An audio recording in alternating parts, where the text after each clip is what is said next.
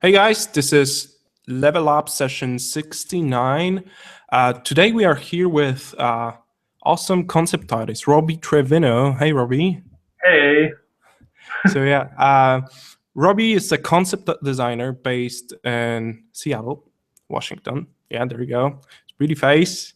Currently working at Microsoft, providing concept art, illustrations, marketing art, and other design solutions for AAA Xbox games. And he's currently working on Project Spark as well. Yep. That's what I heard. And we are going to see exclusive concept art from this game today that have never been seen before. So that's really, really awesome, and I'm really excited. And as you know, Project Spark is a stylized game, and Robbie is actually known for the stuff that is more connected with Magic and Applibot, and I hope you have seen his illustrations. He has been sharing his screen, and you could see his ArtStation. You can check all that on his ArtStation. I will make sure to post that in the description to this video and on the event page. There you go. Go follow Robbie on ArtStation. You can see all this amazing stuff there. So yeah, I'm really excited to have you on board with us today. And yeah, if you're watching this session, stay with us. We have a lot of cool stuff prepared for you. If you have any questions to Robbie, make sure to type them into the chat. We'll go from there. But where I want to start are your beginnings. So the shameless part, shameful rather part with when does it all start for you, the journey with painting and concept art? Okay. Do you want me to, I guess, save the ArtStation stuff for last and just go right to the old stuff first? Yeah, I think we can go from there. Okay. I've seen it already, and I know that picture is pretty hilarious, like the one showing your progress. So okay. Before we do that, I just want to address the most important thing first. This. Godzillionaire. That's my answer. Okay. Just God damn it, you did it! Oh God, that's you're the most prepared guest ever. Well, and you gave me a lot of time to think about it, so. All right. But God damn it. Worry about this. But yeah. How do they merge into each other? I just, I want to be both. I don't know. It's the best of both worlds, right? So is he eating money, or is he like propelling it? What? He's spewing it from his face. He's just puking it. Pure, like a money. He's just a money maker, basically. Yeah, just making it rain. Puking money. I love how you pasted the boat. Oh yeah, it's a seamless photo manipulation. That's professional work, right there. Dude. Yeah. So I guess we could start with stuff I did at the College for Creative Studies, which is an art institute in Detroit, Michigan, here in the States. Mm-hmm. It's the same school Reed Southern went to and Bondling. I'm sure many other people too. I don't really have a lot to show from there. I really looked for the worst stuff I could find, but unfortunately it's mostly just like photo studies that aren't the worst things I've done. Got it. But yeah. So when have you been attending this school? Like 2000? That was 2000 already? I think I started in 2008 and graduated in 2012. So okay. Yeah, I started there. When I went there originally, actually, I went there for like product and industrial design. And I really wish I could find those drawings to show you. It's basically the same kind of stuff that Von Ling shared, like literally from CCS. Like I think some of the same projects. I watched his level up, and a lot of it was the same assignments that I had to do. Just like cars and like iPods and phone design, just industrial product stuff. But after a year of doing that, it's a 4-year program. I did that for the first year. I wanted to be in automotive design specifically, and I don't know. I got talking to like auto designers who actually work in the industry, and they were saying, oh yeah, this is like it's totally like a great job, but like you're probably going to be doing like door handles or lights like forever. And I don't know if that's true or not, but I was like, oh, that sounds. I don't really think I want to do that. Like I'd much rather do something more like illustrative, and that's when I switched over to the illustration department. And I wasn't sure exactly what I wanted to do. But one of my teachers handed me a Spectrum book. I don't remember what issue it was, but it was a Spectrum book. And then he handed me a bunch of Sid Mead books. And that's when I was like, oh, concept art, got it. Like, that's it. That's what I want to do. Yeah. So let me go through. You have figured it out when you were already studying, right? So yeah, I wasn't sure like what exactly I wanted to do. I was just, hey, like I just wanted to learn I knew I wanted to paint and design. That's really all I knew, but I didn't really know about concept art specifically. I think ca.org was the only thing around at that time, but I didn't know about it either. So, but yeah, here's a Norman Rockwell master study. This is like basic illustration assignments, like learning how to paint, learning how to copy masters. This is before I even touched digital like media. It was all traditional. This is an acrylic study. And then another acrylic study of two of my coworkers, like way back when I used to work at a hardware store. They didn't really like each other, so I painted them together. This is, oh god, terrible. This is like I don't know what the type of portrait you would call is, but it's basically my name stretched and multiplied many times. Like, I don't know if you can see it in there. Yeah, Robbie. Yeah, this is when I started getting into more of the digital stuff. Like, I still hadn't made the transition from like traditional painting to digital painting. It was more like, hey, how do you use everything in Adobe, from like Illustrator to like After Effects, Photoshop, all that. And then this was kind of like the first bridge between those two gaps. This is a traditional like inked drawing of looks like a warrior crawfish going into battle. What does he hold in his hand? I think it's a flag. I think. Yeah, it looks like a cable with a connector at the end. Oh, I think that was those handles that you jab into the sides of corn, like I don't know if you. Okay, I get it.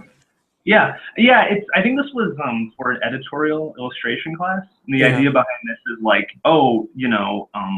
like this class, it's like create illustrations for like events, like editorial. It's basically like a marketing art kind of class. And this was like if a magazine, I think, was doing a special on, hey, like there's a crawfish eating event or something like that. Like, hey, like, well, how would you do that? And I was like, oh, like I would do this. And I don't know, it's student work, it's obviously not the best stuff I've done, but I was learning, and I learned a lot from this because the rest of it, besides the line work, is done digitally. So it's like I think that's like my first like real attempt at doing something digitally was like, hey, like let's do line work traditionally and then try to paint it digitally. And then you know what? Oh man, I kind of wish I didn't show this one first. Hold on, let me go back. Okay. And then, you know what? I'll show that. That's the last thing I wanted to show. Sorry, this is a little disorganized. No, it's alright, man. Nope. Sorry about that. Okay. This is a self-portrait. First attempt at a digital self-portrait. That's great. That's a great attempt, I would say. Yeah. But just before I did this was the one thing that I wanted to show you, which is that level up comparison. I mean, you saw it already. The level up, the side by side. Just before I got to this, I started like that on the left. Yeah. But what's the time stretch between this and this art portrait? I mean, the piece on the left. The first year I was there, I started in 2008. So the first year I was there, I guess 2000, like early 2009, like a matter of months, I'd say. What the hell happened during these months? You have like, I don't know, some pills? A lot of studying. I know it's like the most said thing ever, right? I'm sure people are like so tired of hearing it, but it's just studying. Like someone can tell you how to do something properly, how to properly implement the information and repetition and all that. But it's not until you actually just sit down and do it and figure out how you work, how your brain works, that you get to that level. And it's like you just have to put in a ton of time. I know it's like the cheesiest thing to say, but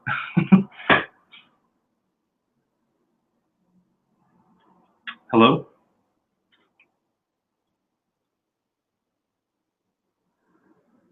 No.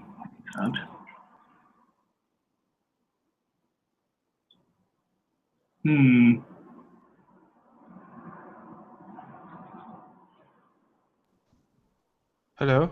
Can you hear me? Hello?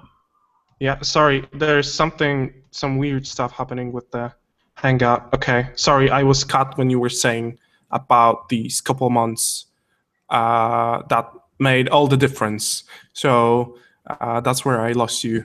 So can you repeat that part? Oh yeah, no worries. Basically, I was just saying that it's like the crawfish painting that I did was the first digital thing I did, but there was still a certain amount of traditional work in there. The Judge Dredd thing you see on the left, which was basically a photo study turned into some kind of weird joke. I'm not even sure what's like going on with any of it. That was all right. Like lose the line work, lose the traditional, try to go just digital. And that's when it was like, oh, I took a few steps back and I was like, I really got to get better at this digital thing. And then the portrait I did, the self-portrait, that came after it. And that was, when I started really like looking at specifically like photo studies, learning how to get it right before like pushing and pulling it and getting it to look like unique and different kind of thing. If that makes sense, like learning the rules first and then breaking them later, I guess is the best way to put it. But there's a lot of photo studies. Okay, do you have any of the studies you did at the time? I don't, unfortunately. Okay. It's probably good that I don't. So maybe how would your day look like back then when you were really focusing on improving?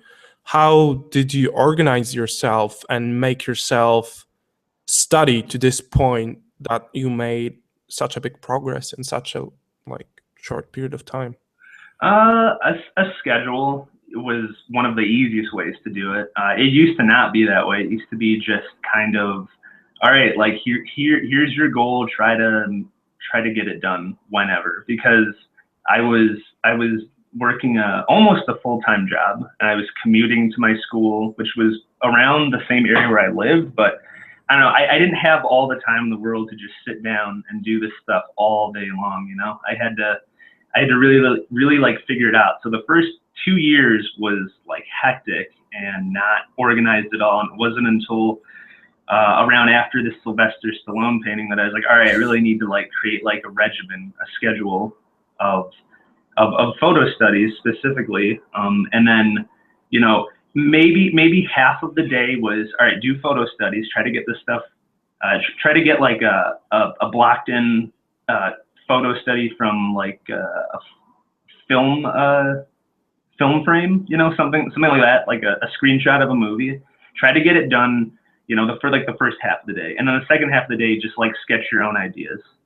Okay, so they're directly applying the knowledge you got. Yeah. But I didn't do a good job of it. Like for the first year of that, it wasn't until the second year. And by second year, I mean I guess the fourth year, the second half of my time at CCS, that I was like, all right, like I think I'm starting to like get it.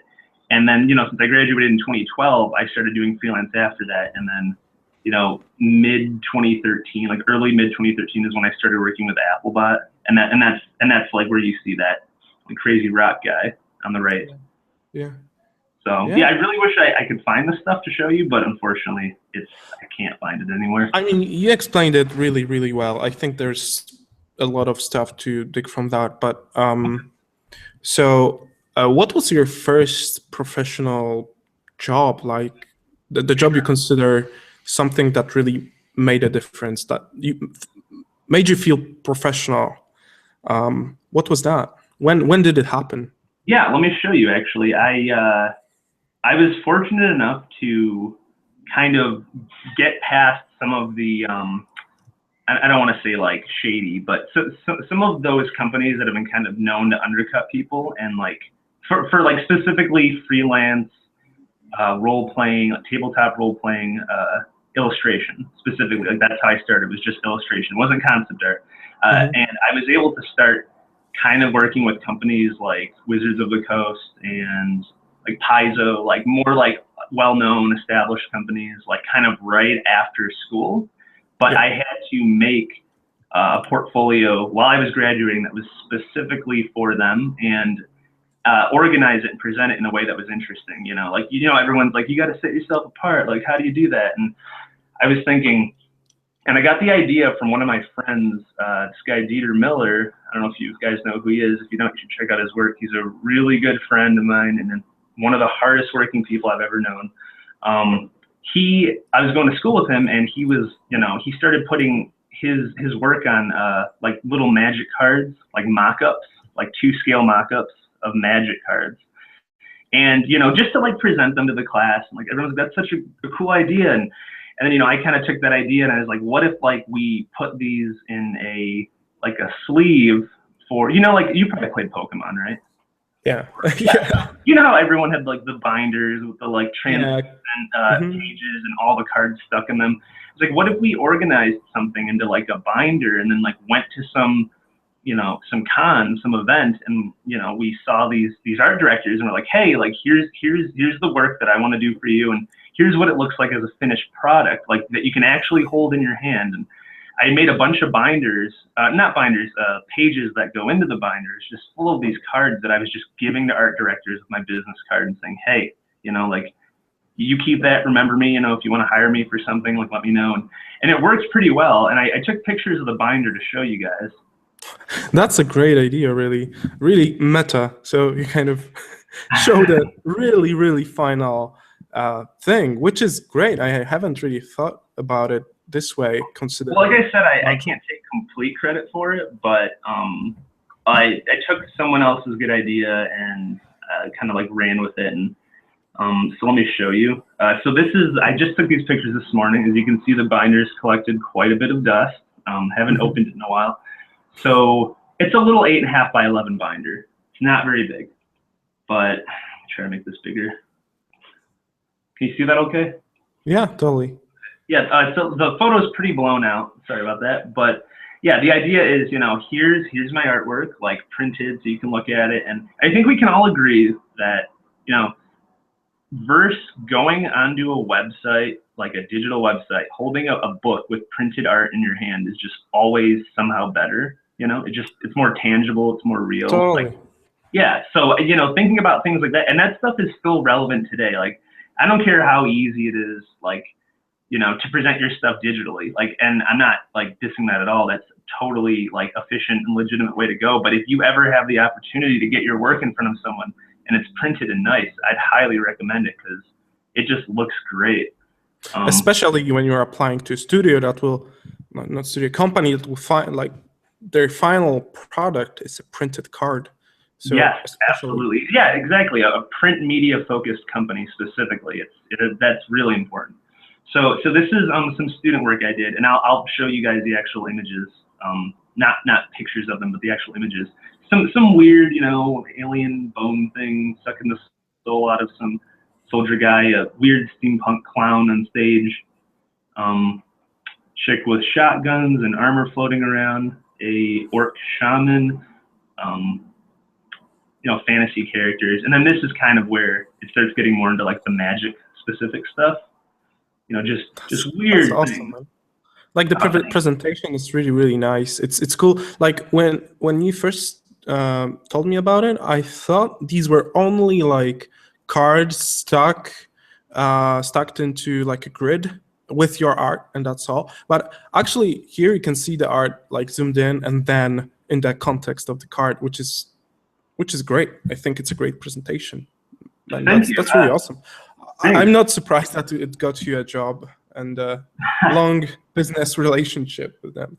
So, yeah. Yeah, no, Magic is great. I still do stuff for Magic, not as much as I used to, but I mean, they're a great company to work for. If you can ever get in with Wizards of the Coast, they treat their artists really well.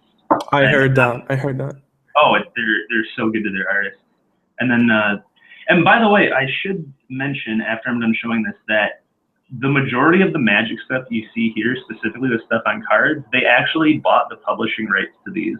And I don't know what they, I don't know what they did with them. But yeah, Magic does that. There was a lot of discussion on Reddit about it when I was, like, I mentioned it on Facebook when, I think, wasn't it like, oops, I think Wojtek got dropped. Hello? Awesome. Hello? I was cut again. Sorry. That's weird. Usually the guests are the ones that get dropped. Yeah, I have no idea. I have something weird is going on here with the drivers. Suddenly I can hear you on my speakers, and it just turns everything down. I don't know. It doesn't matter. If I will be kicked out again, sorry for that. So what I was saying is that I'm not really surprised that they bought it from you, because they really look just as the Magic cards look like. So there's outstanding amount of work you have put into that.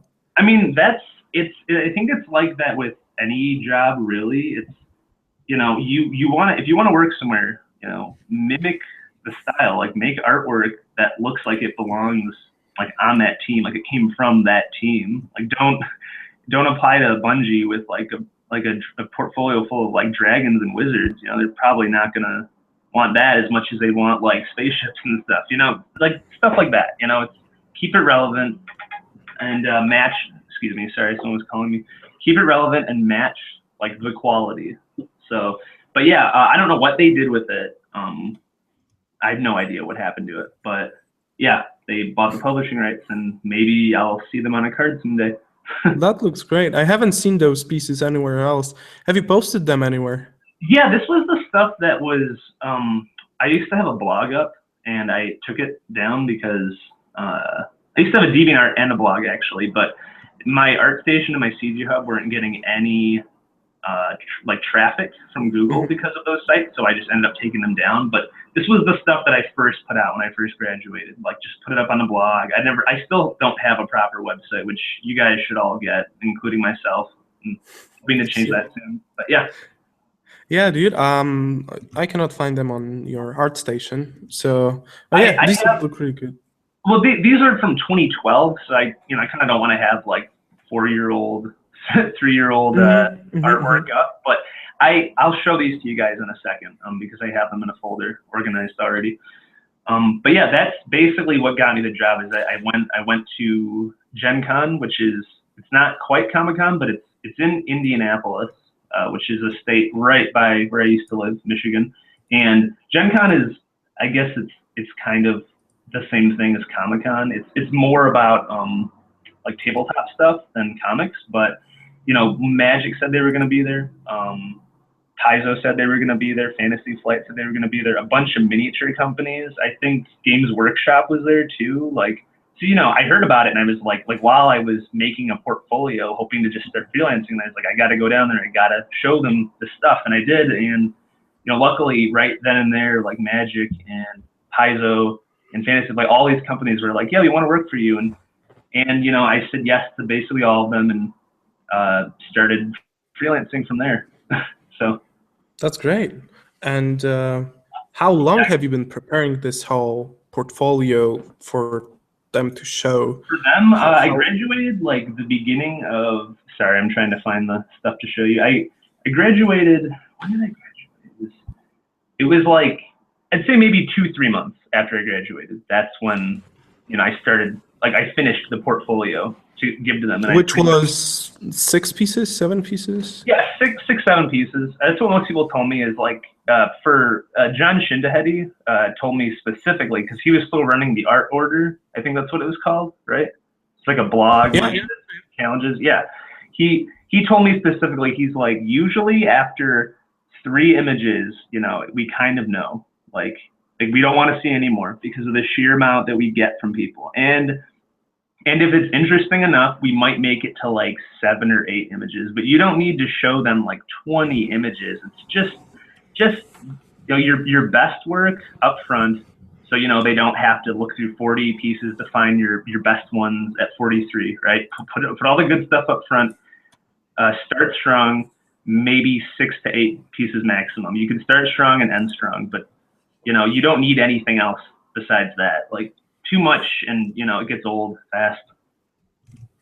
Yeah, that's a great advice. Yeah, not to wear out our audience or the art director that is looking at our work. So make it short and precise.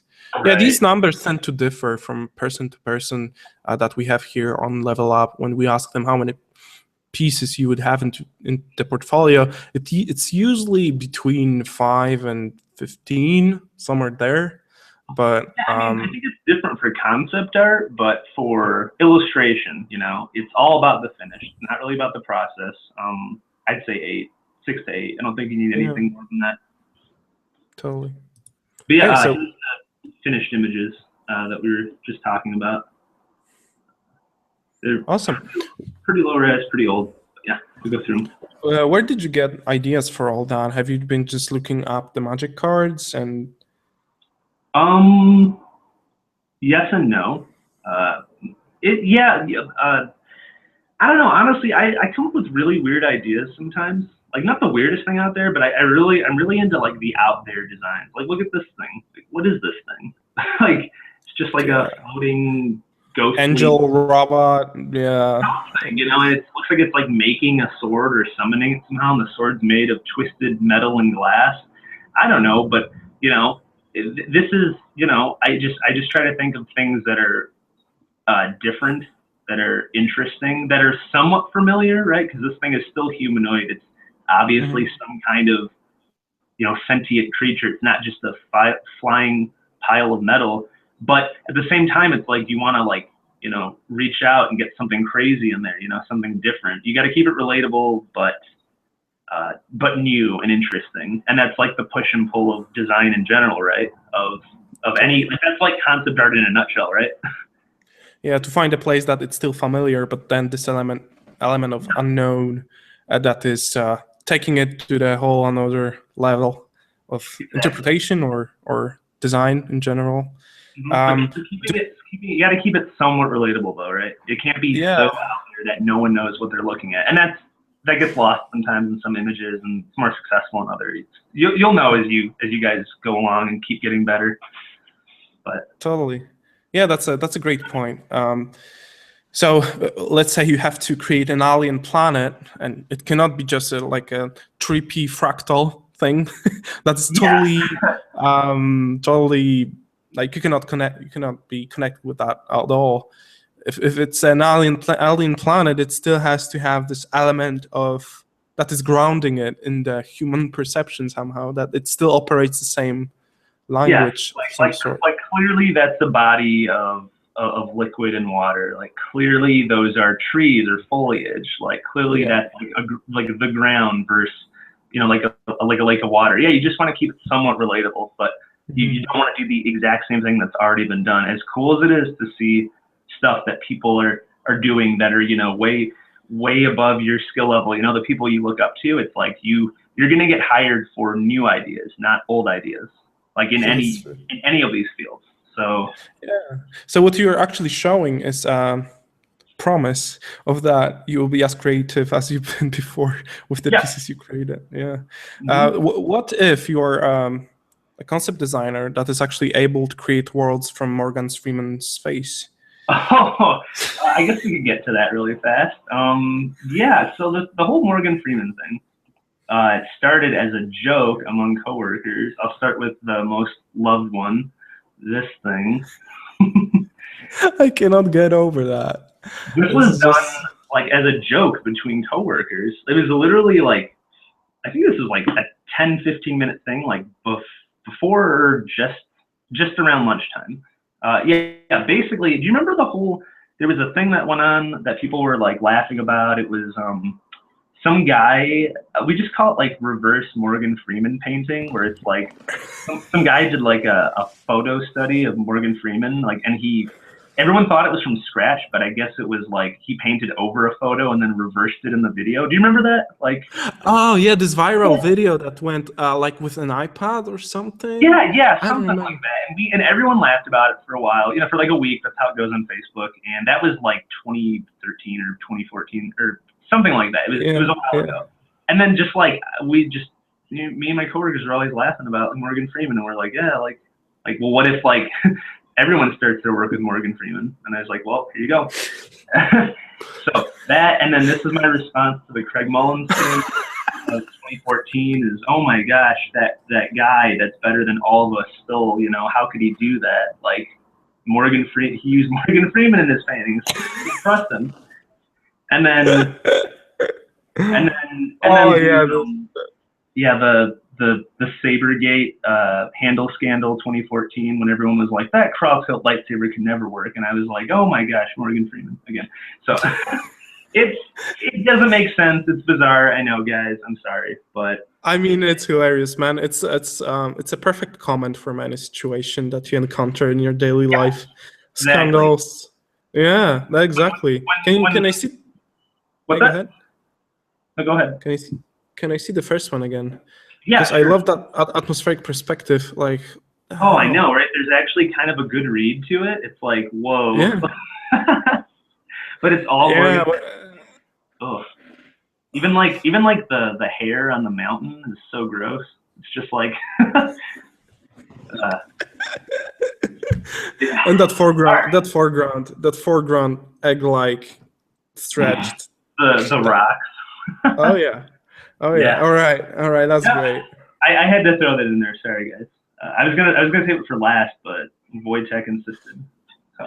Yeah. So what I think that proves is that you can still have fun with all that. It treated less like the whole painting process and all that. You can even take Morgan Freeman's face and do something with this in Photoshop and make fun out of it, and that's just an amazing proof of how you can just play with the tools and your silly ideas and express your personality in a way that, it's just funny. It's just a joke. Yeah. And I mean, that was something that was on Facebook. It wasn't meant for anything. It was literally just me being stupid and posting something on Facebook. But I think that image got the most traction out of anything I've ever done. Like, it made it onto like Reddit. Like, I was like, what? Like, one of my friends from high school or from art school like posted it like on her wall and like made it her like banner, and I was like, hey, nice image, and she's like, did you do this? And I was like, yeah. She's like, I saw this on Reddit, and I was like, what? Like, why? No one cares about the serious work, but you spend 5 minutes doing something stupid and it just gets all the attention in the world. I don't know. And I think it's a great idea, a great topic to talk about, because it's what it creates is it's an emotional response, right? So we tend to do all these pieces with the subjects that we are excited about: robots, fantasy, things, landscapes, and all that. And it proves that sometimes a really simple, funny concept be maybe much stronger in the emotional response of our audience than what we perceive as cool or what we perceive as funny. I mean, I don't know. There's something to it that is really striking. Well, think about it like this. It's like, okay, maybe it's not a silly Morgan Freeman painting. Maybe it's something more serious that you still did not spend much time on. It's almost like the stuff you spend less time on, the stuff that's the least labored. It can, a lot of times, because it wasn't influenced by all these other things that you were trying to go for and you were researching, it just came out of you, like in its like purest and most undiluted form. Like, it's just it's you the most. Yeah, and most people, like, people respond to you, to what you do, like the thing that you own, way more than, like fan art or like a commission piece that, was art directed to all hell. Like, it's, the more you it is, like, people respond to it. Like, they pick up on it, whether they realize it or not. Like, it just resonates with them. So. Yeah, because it's more unique. It's more Yeah, that's a great point, because yeah, we don't filter that anymore. We just go with it. And I find it also like that. Sometimes I'm like revealing myself more with a quick sketch, and it's stronger, it's better, it's has a better story to it, and it gets more attention than a painting that I was doing for a month. Exactly. It's And a I good was trying idea. It's to a good idea. You know, it doesn't matter how much you've rendered it or how much you haven't rendered it. Like if it means something, people will pick up on it. Okay, so what we can see here. Okay, this is after the whole magic thing. I started working for a company called Applibot. Have you heard of them? No. Yeah. Oh. So this is some Applebot stuff. I think this is like for my first card set. As you guys know, they assign stuff in batches of 2, and yeah, I learned a lot from Applebot. What's that? Normal version and advanced version of the same character? Exactly, yes. I think this was the advanced version. I don't remember the description. All the descriptions they gave me were crazy, which is the most fun stuff to work on, but I don't remember what it was called. But yeah, this was like just after the magic stuff. This was like early 2013, started working for them. And I had a good stretch with Applebot. I think I worked with them for maybe, I want to say 11 months, maybe almost a full year. And you know, you guys remember when it was like CG Hub was like dominated by like Legends of the Cryptids and Galaxy Saga, and like everyone was working for Applebot, and it was awesome. Like it was a lot of fun to work for them. They were a great client. But yeah, that's that was not long before actually CG Hub was taken down. Not long before that. Yeah, I think didn't CG Hub get taken down like the beginning of 2014? Yeah, something like that. Yeah, but I mean, all of 2013, man. I don't know. Everyone just kind of heard about Applebot and how awesome they were and started working for them. And now, I don't know, for whatever reason, I just haven't really worked with them for a long time. So but that's okay. So anyway,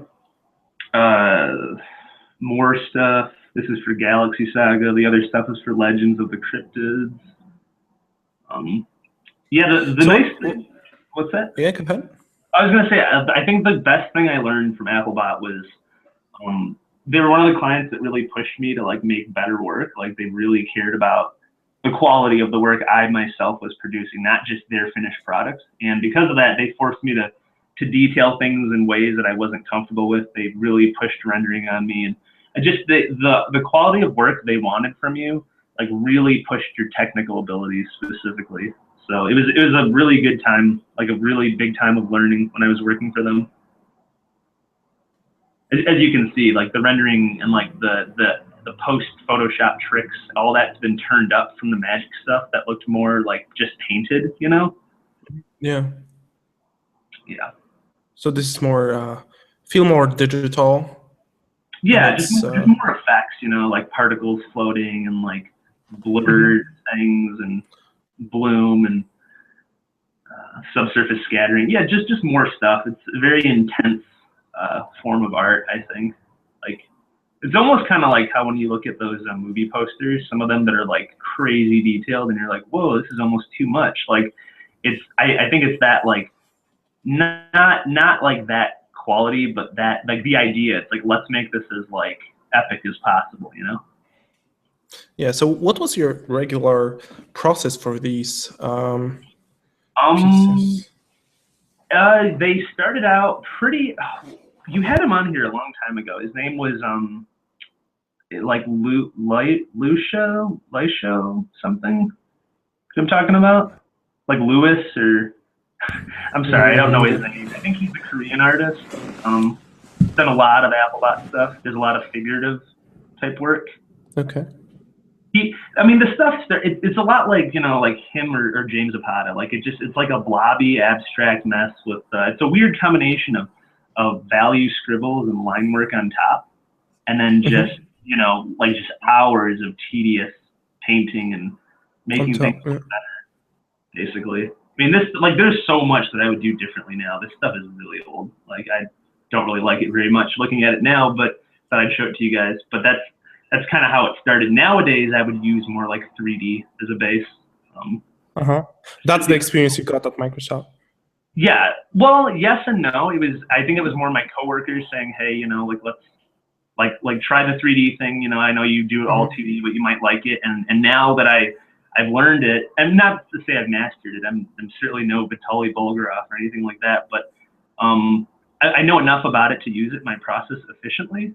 And the level of control you get from 3D is just incredible. Like, I'd recommend it to everyone to at least try it. You know, like you might be surprised. I didn't think I was going to like it, and now I use it pretty much with every piece I do. So that's the image you did just a couple days ago, right? The spaceship. Yeah, I'll show that to you. I've got a little process set up for it that I can show. And then this is all 2D stuff. Lots of this is some of the last stuff I did for Applibot, where it was less purely painted, and it was more, all right, let's start getting like bits of photography in there and try to photo bash it all together. But like, you know, paint it and stitch it seamlessly. Yeah. Yep. So that's what these guys are. Some photography in there. There's some painting in there. A lot of painting, a lot of work.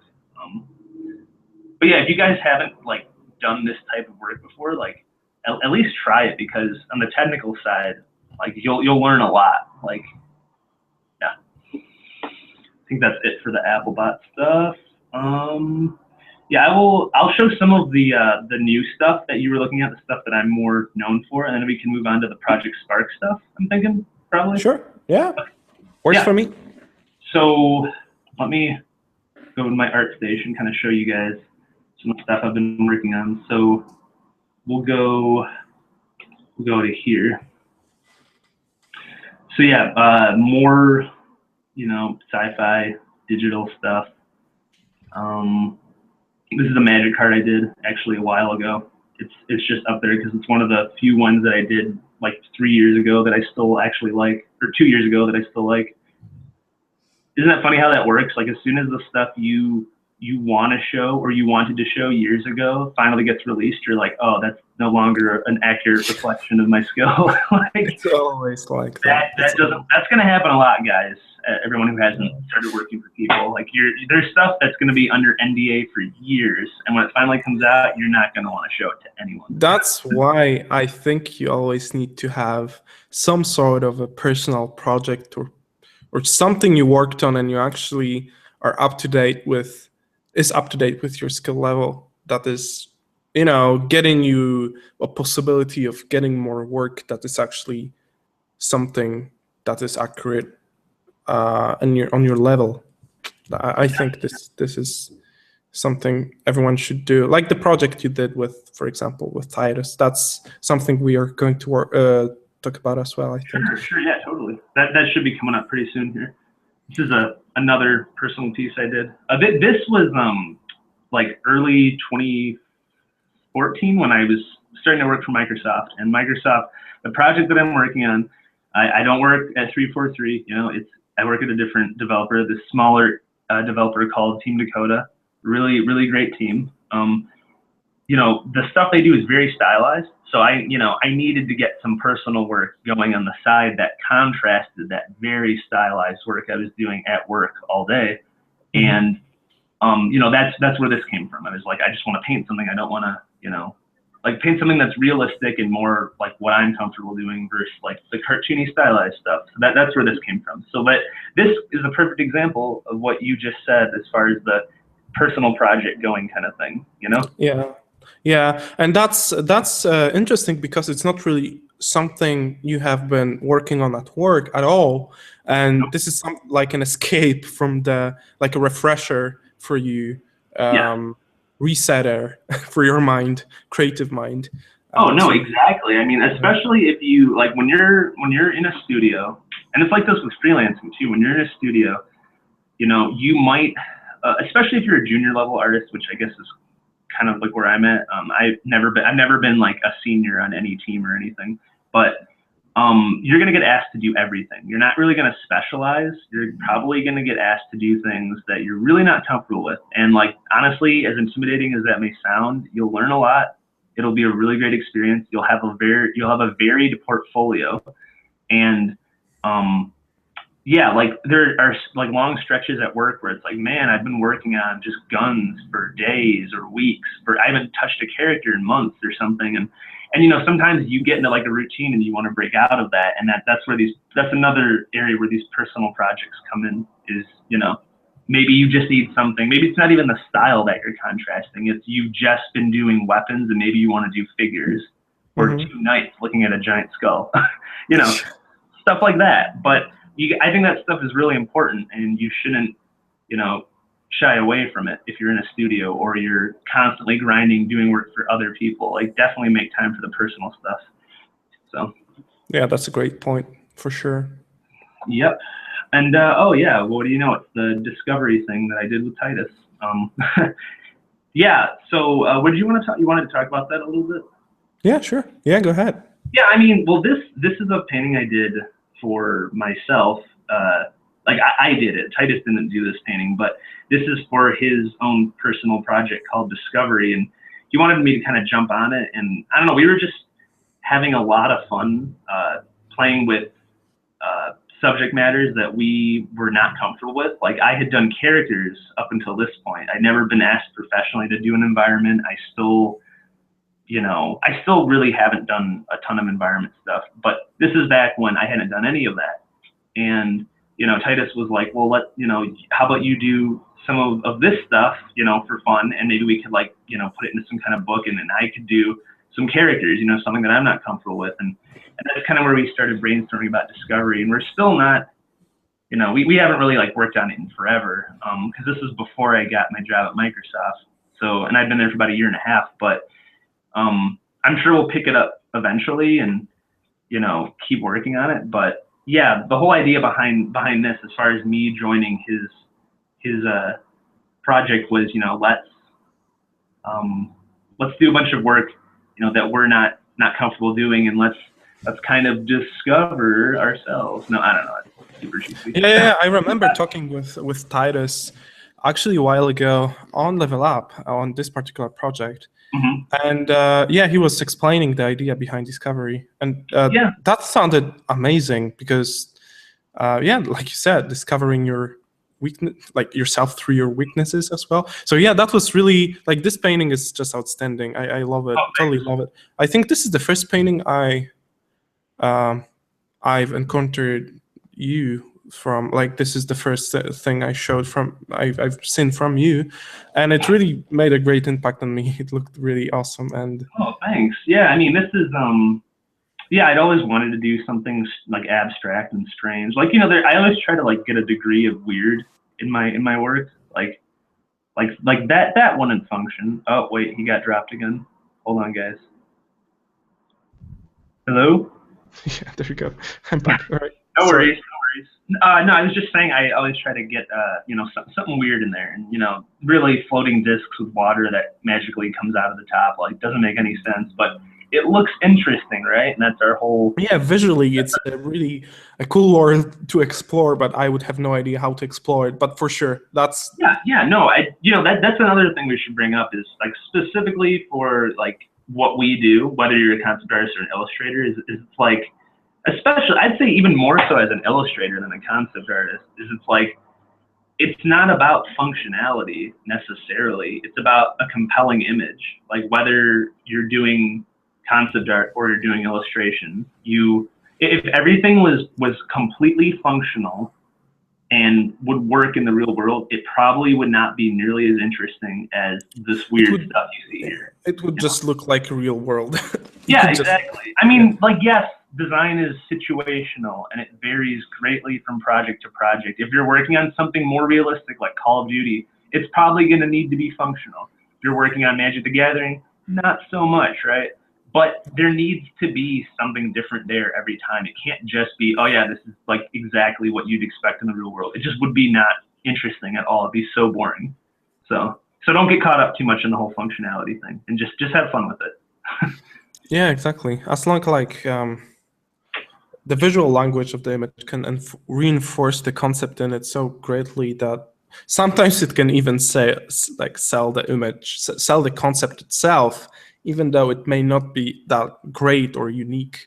Way of presenting it. Another point I should bring up, I think one of the biggest misconceptions when it comes to, hey, I want to get a job in a studio, here's a portfolio that I'm making. Everyone, you know, like I love painting rocks and stickmen looking at said rocks a lot, but you know, as far as like the big, vast, you know, like inspirational images that get everyone jazzed up, like chances are you as a junior concept artist are not going to get asked to do that, and you're not going to get hired to work in a studio with just that in your portfolio. You know, like Bungie has Jamie Jones. You know, they don't need another Jamie Jones. They need someone who's going to do the orthographics and do the gun spreads and do the, you know, the top down like views of environments and stuff like that. Like that's what companies hire you for. Like usually as a junior artist, it's like this stuff is a lot of fun, but you know, don't do just this. Like, you know, you need to have a varied portfolio, and you know, does that make sense? Totally. Yeah. Yeah, I mean, I'm sure you'll get asked to do this. I've been asked to do like big picture paintings at work a lot, but I think there's like people don't realize it's like you're gonna, chances are you as a newcomer to the industry are gonna get asked to do the less interesting work. So yeah, really grounded. So don't neglect that stuff in your portfolio. It's really important. Grounded, down to earth. Yes, exactly. But listen, reach for the stars. Like if you wanna paint something crazy like this or something way cooler than this, do it. Like, you know, you shouldn't like not do it, but just be aware, you know, you're gonna want to include the like more boring stuff in your portfolio, like for concept art. Yeah, like the general advice we get from guests here on Level Up is that create the portfolio, create the work you want to do. So don't. I really enjoy the boring stuff. I just want to add that when people are like, oh, orthographic drawings, I'm like, I have fun doing orthographic drawings. Like, I don't want to do them my whole life, but I'm not going to be like, oh, my life is so terrible. I have to do these orthographic drawings. So it's more fun, I think, than you might think. So you cannot really call it boring anymore. For you, it's your asset that you like it, something that most people won't really do, and that's what makes you more valuable for the company because you put more, I don't know, time, passion, ideas into the stuff you're doing.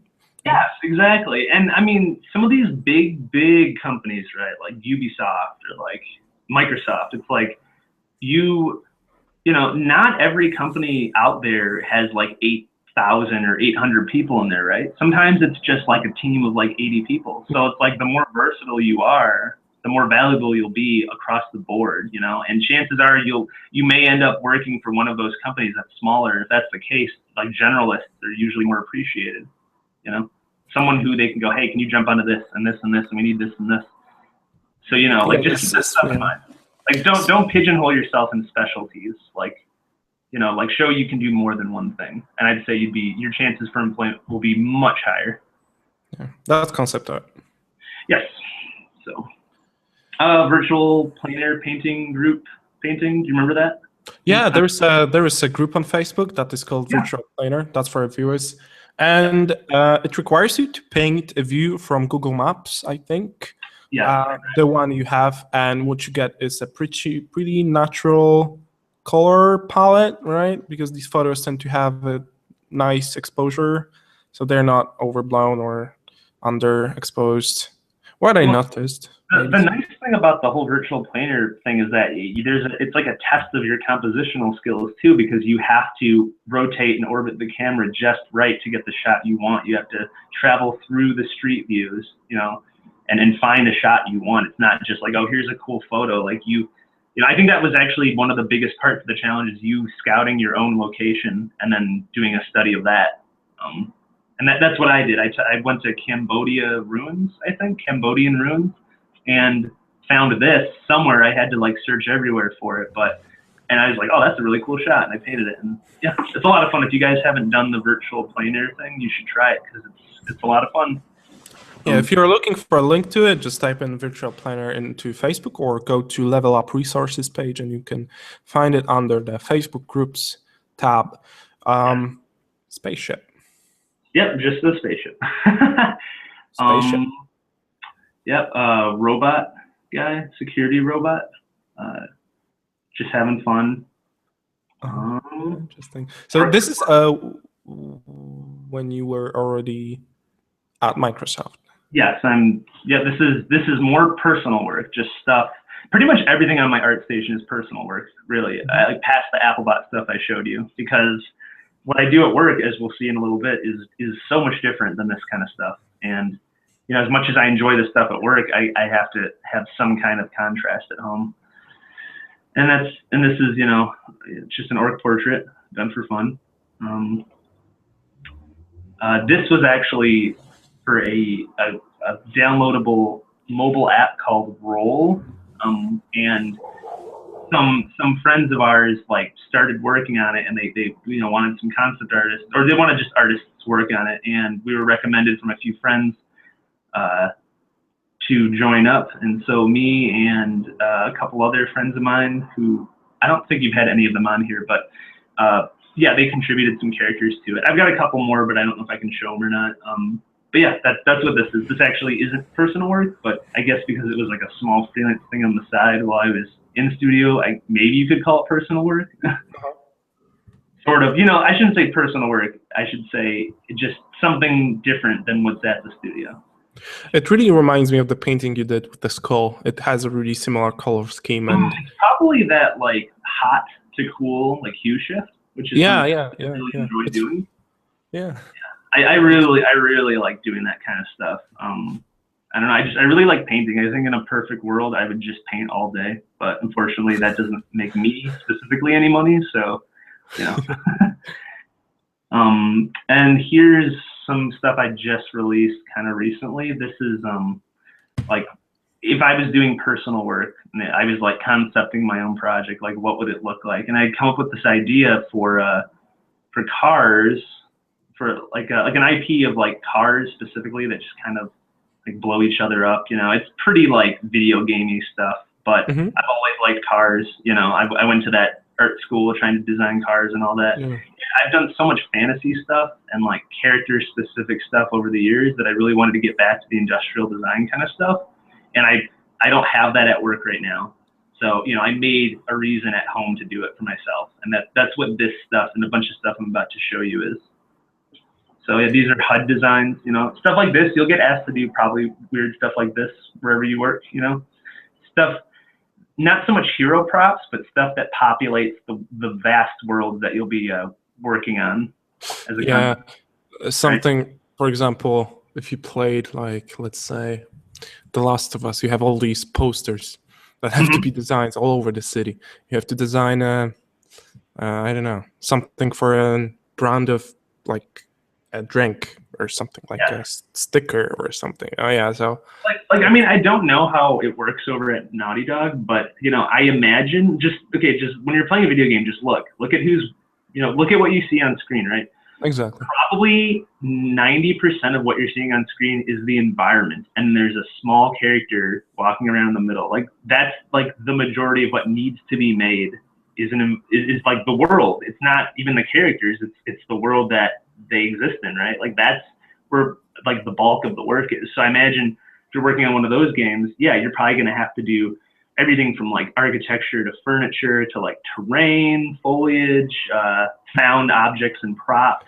You know, it's just unimaginable amount of work, and it's really taken for granted for most of the players. Like when you really see somebody playing a game, it just it's a world and it's there in the game, right? But then but it's like the amount of work that went into it. Exactly. You'll never know it unless you work on it. But yeah, it's because people are focused on the character and the gameplay at hand. But the truth is, you're going to get hired to populate that world. With not even mentioning the mechanics and the game engine logic or the intelligence of the specific like mechanisms in the game. That's whole another underhood thing that most of the concept artists also doesn't really see that much. Like if you work in-house, of course you get to see that, and that's really exciting. But as a player, you just see the logic, the outcome of that. And as people that are working or exist outside of that studio that everyone's looking at, Like everyone saw the like really cool, really like finished, awesome, like derelict locations and concept mood paintings from like all the Naughty Dog guys, right? Like that whole like batch of illustrations started like its own sort of style of art. It was really cool.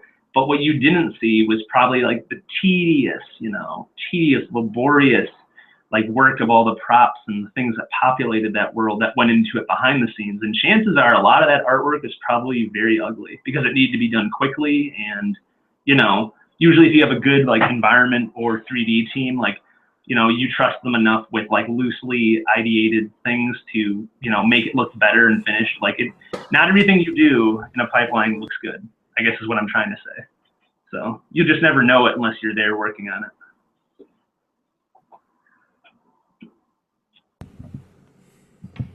Alrighty.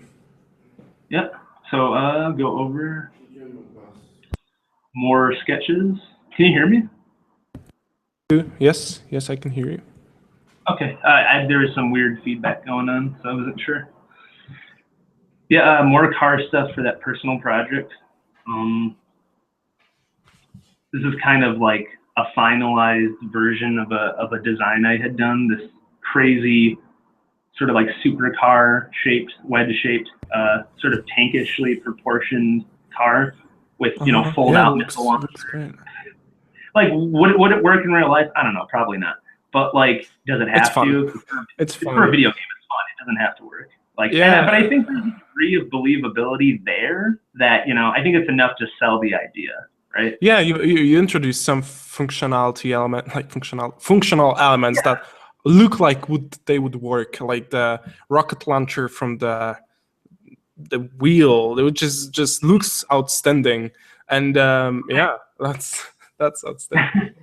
I mean, like I kind of tried to explain it further with like the information at the bottom, like from the orthographic views to the interior HUD that we saw. You saw some variations of it earlier, but here's what it could look like, you know, finished.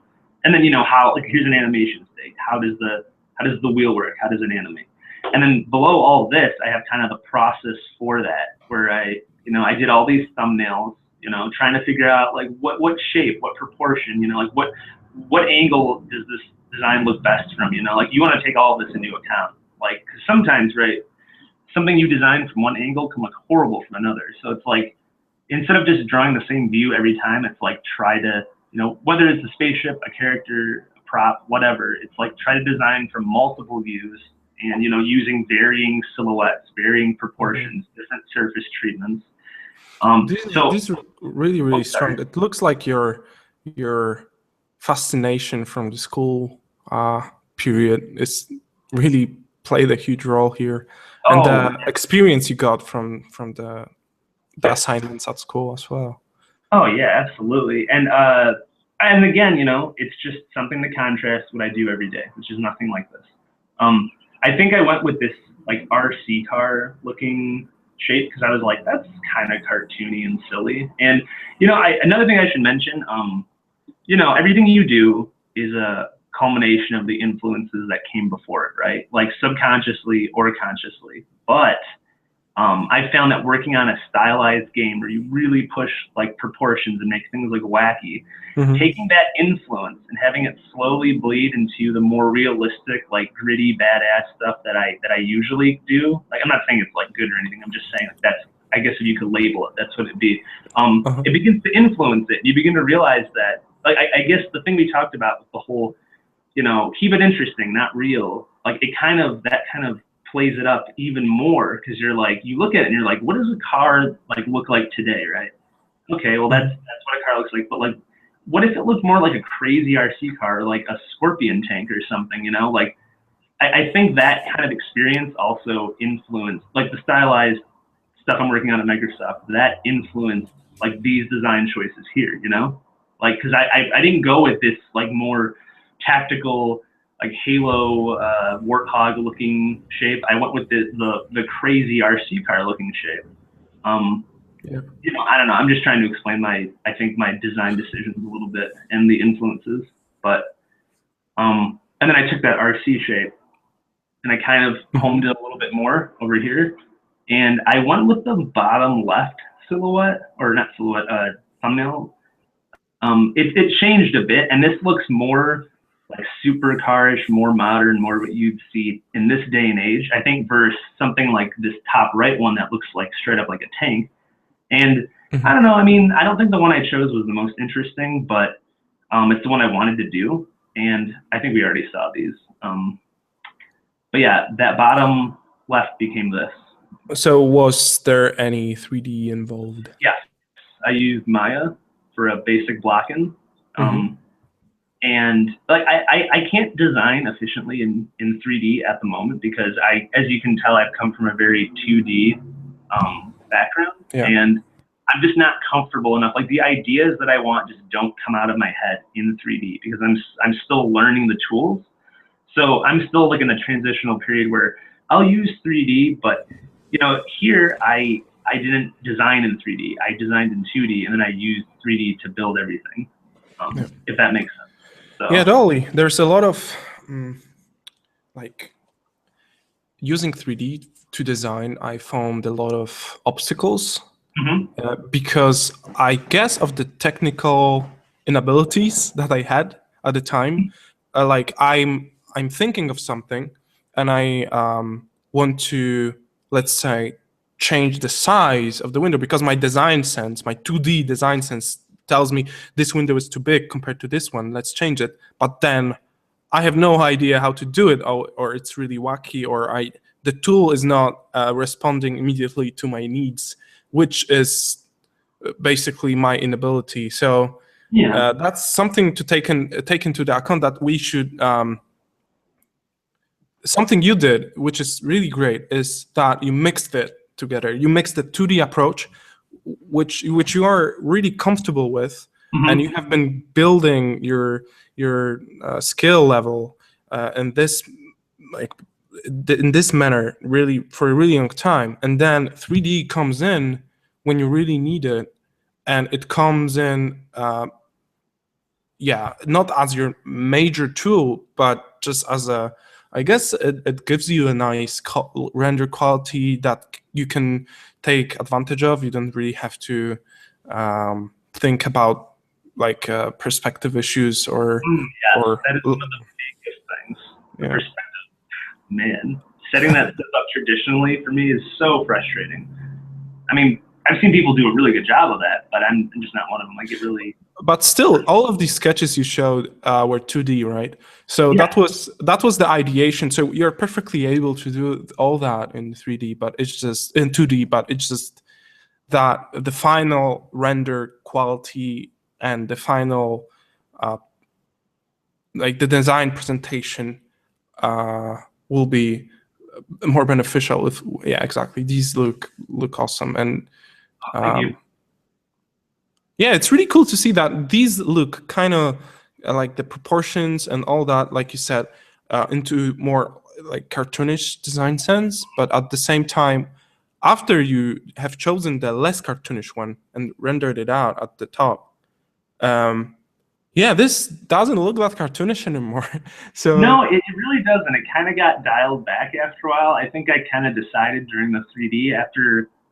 One of the great things about 3D, as you guys all know, is the ability to like rotate the image and get multiple views. When you begin to see how things look, it's the thing I talked about earlier. The whole, it might look good from one angle but terrible from another. I guess I just kind of realized after seeing it built in 3D, hey, like that's a little too much. So I dialed it back a bit. But I don't know. There's pros and cons to both approaches. And if you guys haven't done the 3D thing, again, I gotta plug it. It's really great. Like I totally envy the people who are amazing at 3D and can use 3D like super efficiently. I'm not one of them. I hope to get there eventually.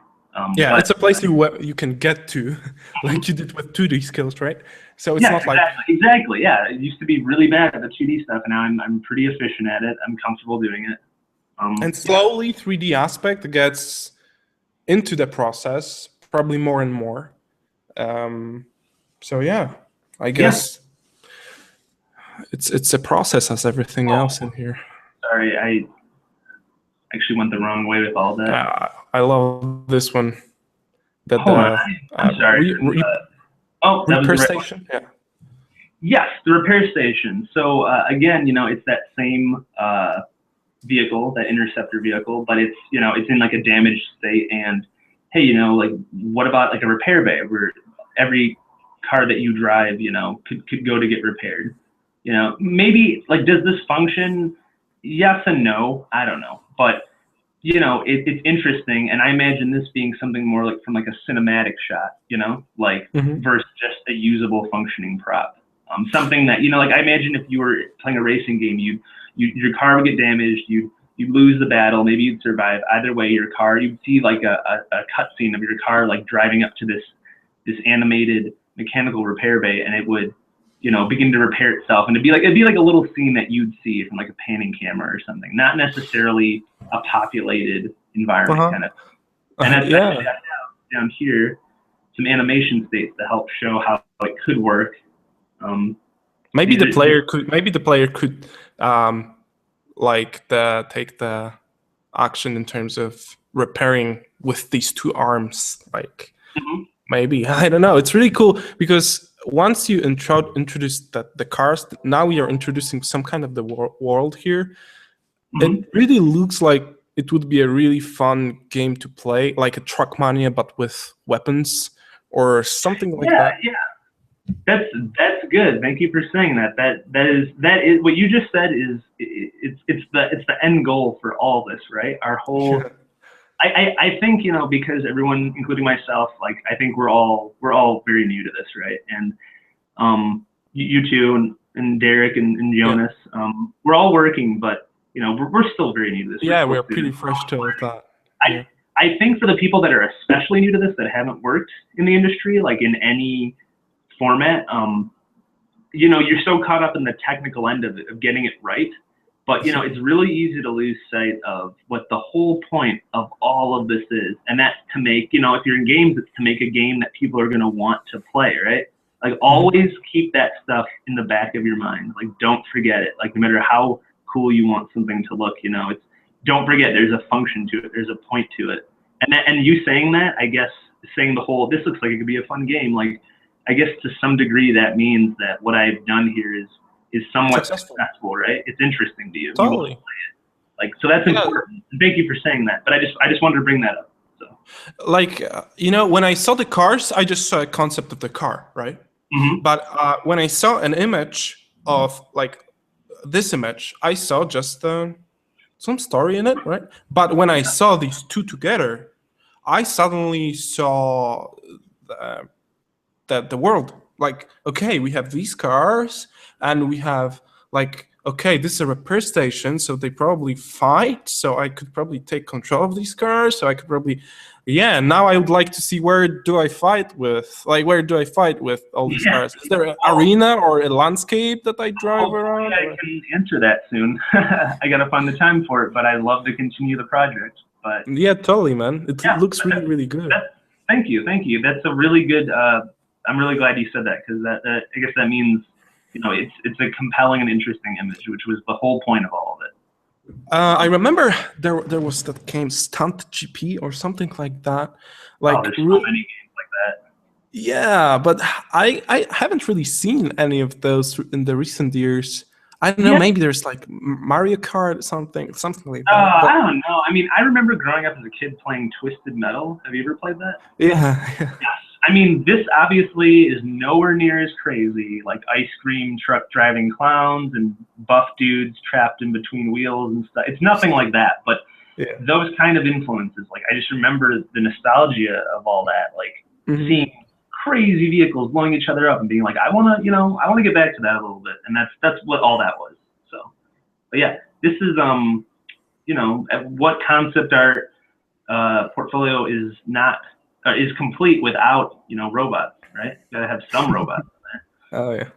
Yeah, just fun, just having fun with shapes. So is it connected with the project you just showed? This is not connected with the project. This is just me doing some bots.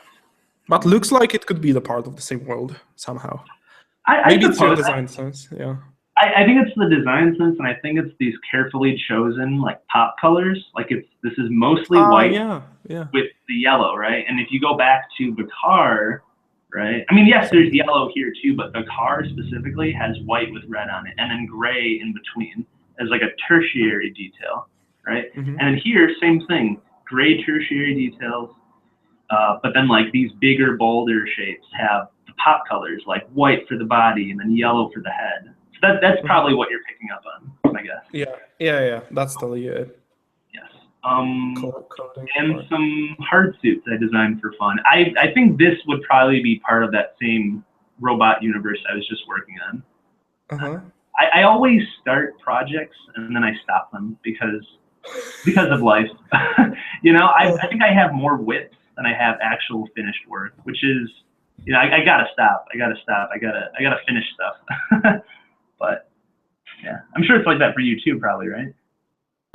Yeah, I mean, it's always that, you know, this awesome project comes into play when you're working on your own project. Like the dream client comes to you and said, hey, let's work on that. And I'm like, yes, and sacrificing everything. And after some time, I'm like, yeah, it's cool, but not necessarily the stuff I would do until my last day of my life. So I would rather still do my own thing, and I keep getting back and keep keep fighting for the time to work on my own stuff, because I think that's an end goal for all that. I think there's, like, you can see that trend, especially now with all the tools that artists have, like the Patreon or the Kickstarter, or all these tools are really enabling us as creatives to be funded by our audiences. I haven't tried it, but I can see the potential in it. I'm not that courageous to come up with a project to develop and to be responsible of when the money is involved, because I still find it like I'm losing interest too fast to promise something like that. Yeah, I agree with you there. I mean, well, the other motivation for me behind all this stuff is the Project Spark that I worked on for a year and a half. I'd say it's probably like 95% of the work I produced in 2014 is just that project. If I leave with a portfolio full of just that and nothing else, I've pigeonholed myself into one specific style, you know?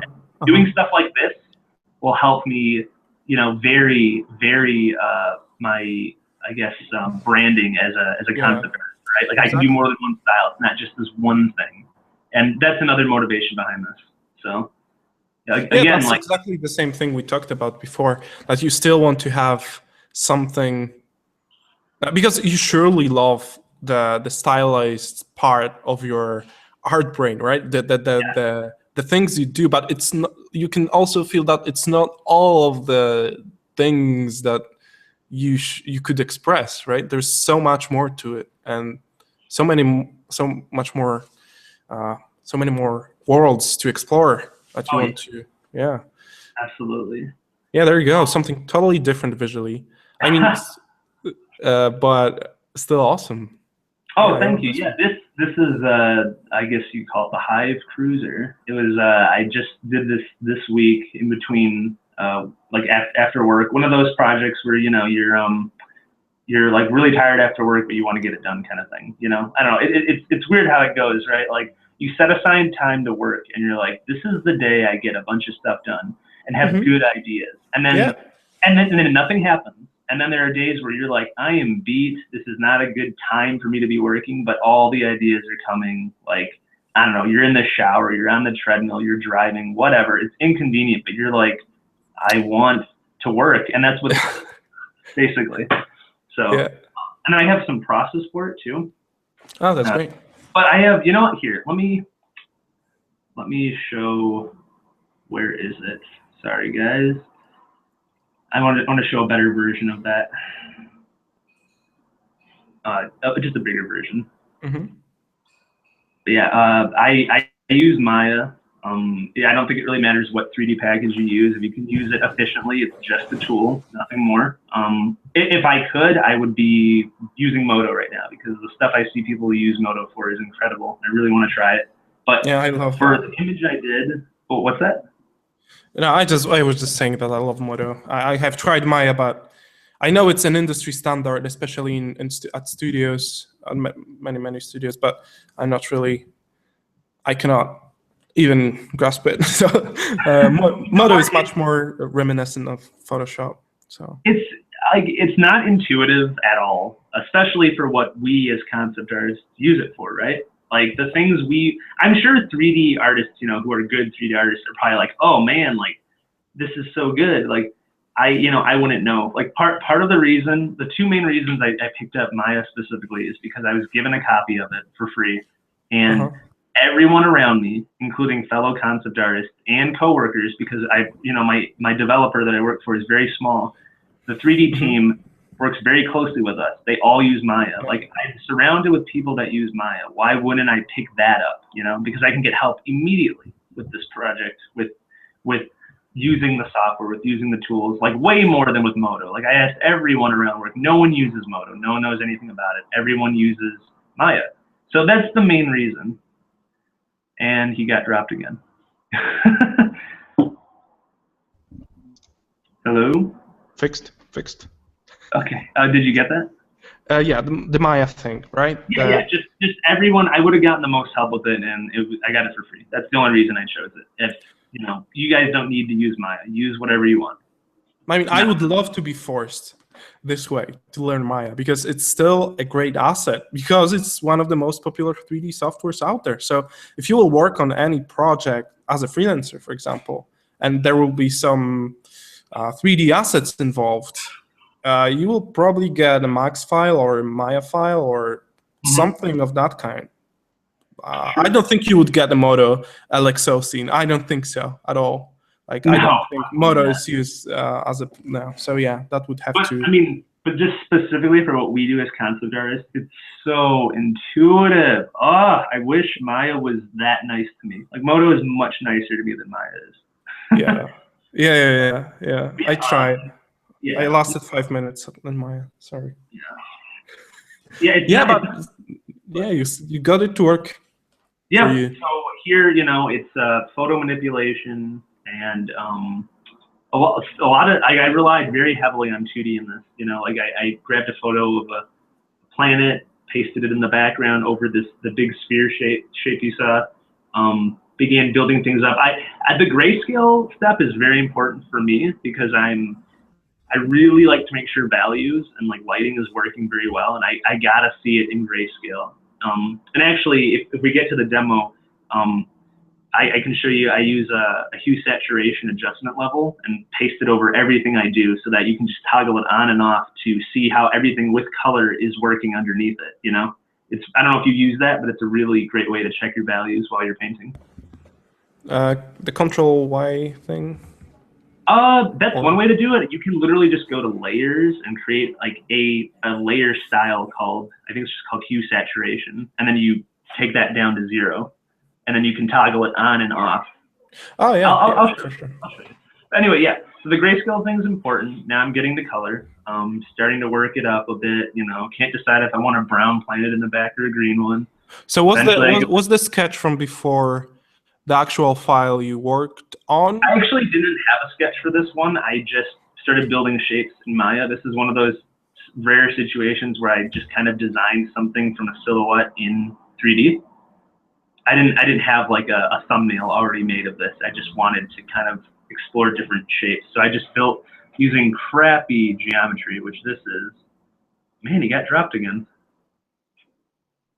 Sorry, guys. Hello. Yeah, I'm back. Sorry. God damn it. No worries, man. It's technology, right? It's convenient. Technology is convenient. Oh, God damn it. Yeah, no, I designed it in 3D is all I'm trying to say. So yeah, and then I worked it up from grayscale, worked it up from started colorizing things. I find that like for me personally, since I kind of want everything to lean towards, hey, it was painted versus hey, it was just photo manipulated a little bit more. I kind of try to nuke all the colors when I photo bash something together and then paint them in using like adjustment layers and stuff later. It feels more painted to me because I have, we all have a palette tendency as artists, right? We all lean towards certain colors. Yeah. And I think it shows through more when you're kind of painting with those colors, like over grayscale. I don't think that would happen if you just used just colors from a photo kind of thing. But Yeah, there's certainly more personality and your own color taste showing through if you do that. Have you ever taken a photo with lots of like blacks and whites in it, crunched the values, made it grayscale, and then used like a layer setting like multiply or like overlay before to kind of ghost it into an image? Just to suggest texture, or Yeah, because that's what I did here in this step. Like I'll toggle back and forth. Do you see how like that sort of rock material appears in the bottom, the top?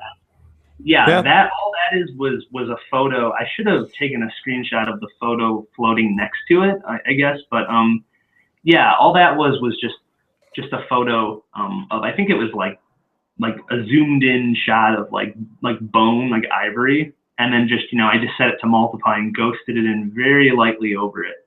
Erased it out in a lot of areas, and then, painted on top of it kind of thing. So there's a little bit of, photo manipulation like that too, I guess. I guess you could call it photo manipulation, right? Yeah, so you have combined a lot of skills into the one process, it looks like, and yeah. And then just continue painting things up, adding different saturations here and there, adding details.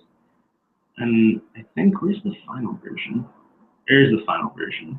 And then there's slight hue shifts and, added all the added After Effects, like particles floating and bits flying and some smoke trails and all that. So yeah, that's one way to approach an image. I kind of wish I had gone heavier on the 3D, but I'm not quite there yet, so. Yeah, it looks great, man. And I have seen that it was inspired by Beksiński. Yeah, is that how you pronounce his name? Beksiński? Beksiński. Yeah, he's Polish painter, so it's easy to pronounce it for me. Sure. Yeah, I've been calling him Beksinski with his it's Beksiński, actually. Beksiński. Okay. All right. Yeah. No, him and the enemy race from Destiny called the Hive, which itself is inspired by Beksiński. Is that right? Yeah, that's right. So, I can see the inspiration in the texture of the whole ship and the organicness of it. Oh, thank you. Yeah, I don't know. This is another kind of out there idea. I just had the idea that, like, what if a ship was a set of repeating shapes that just sort of tumbled along this energy stream that constantly was beaming through the universe? Or, not the universe, but, the idea that it's just like a space elevator, sort of. But, yeah. Something like that. I think it's cool, menacing. It's interesting. I had fun with it, and people seem to respond to it. So I guess it's doing something right. Yeah, it's great. Yeah, I think we can move on to the Project Spark stuff and then the demo, because we've been at this for, what, like an hour and a half now, right? Or you want to go much longer? Do you want to skip the demo? Or? I don't think I want to skip the demo. So let's go through Spark stuff and don't worry about the time. Don't worry about the time. Yeah. I'm totally fine. It's still pretty early over here. Oh yeah, Spark. Sorry. Yeah, it's happening again, I guess. Can you hear me? Yeah, I can hear you. So let me refresh. Uh-oh.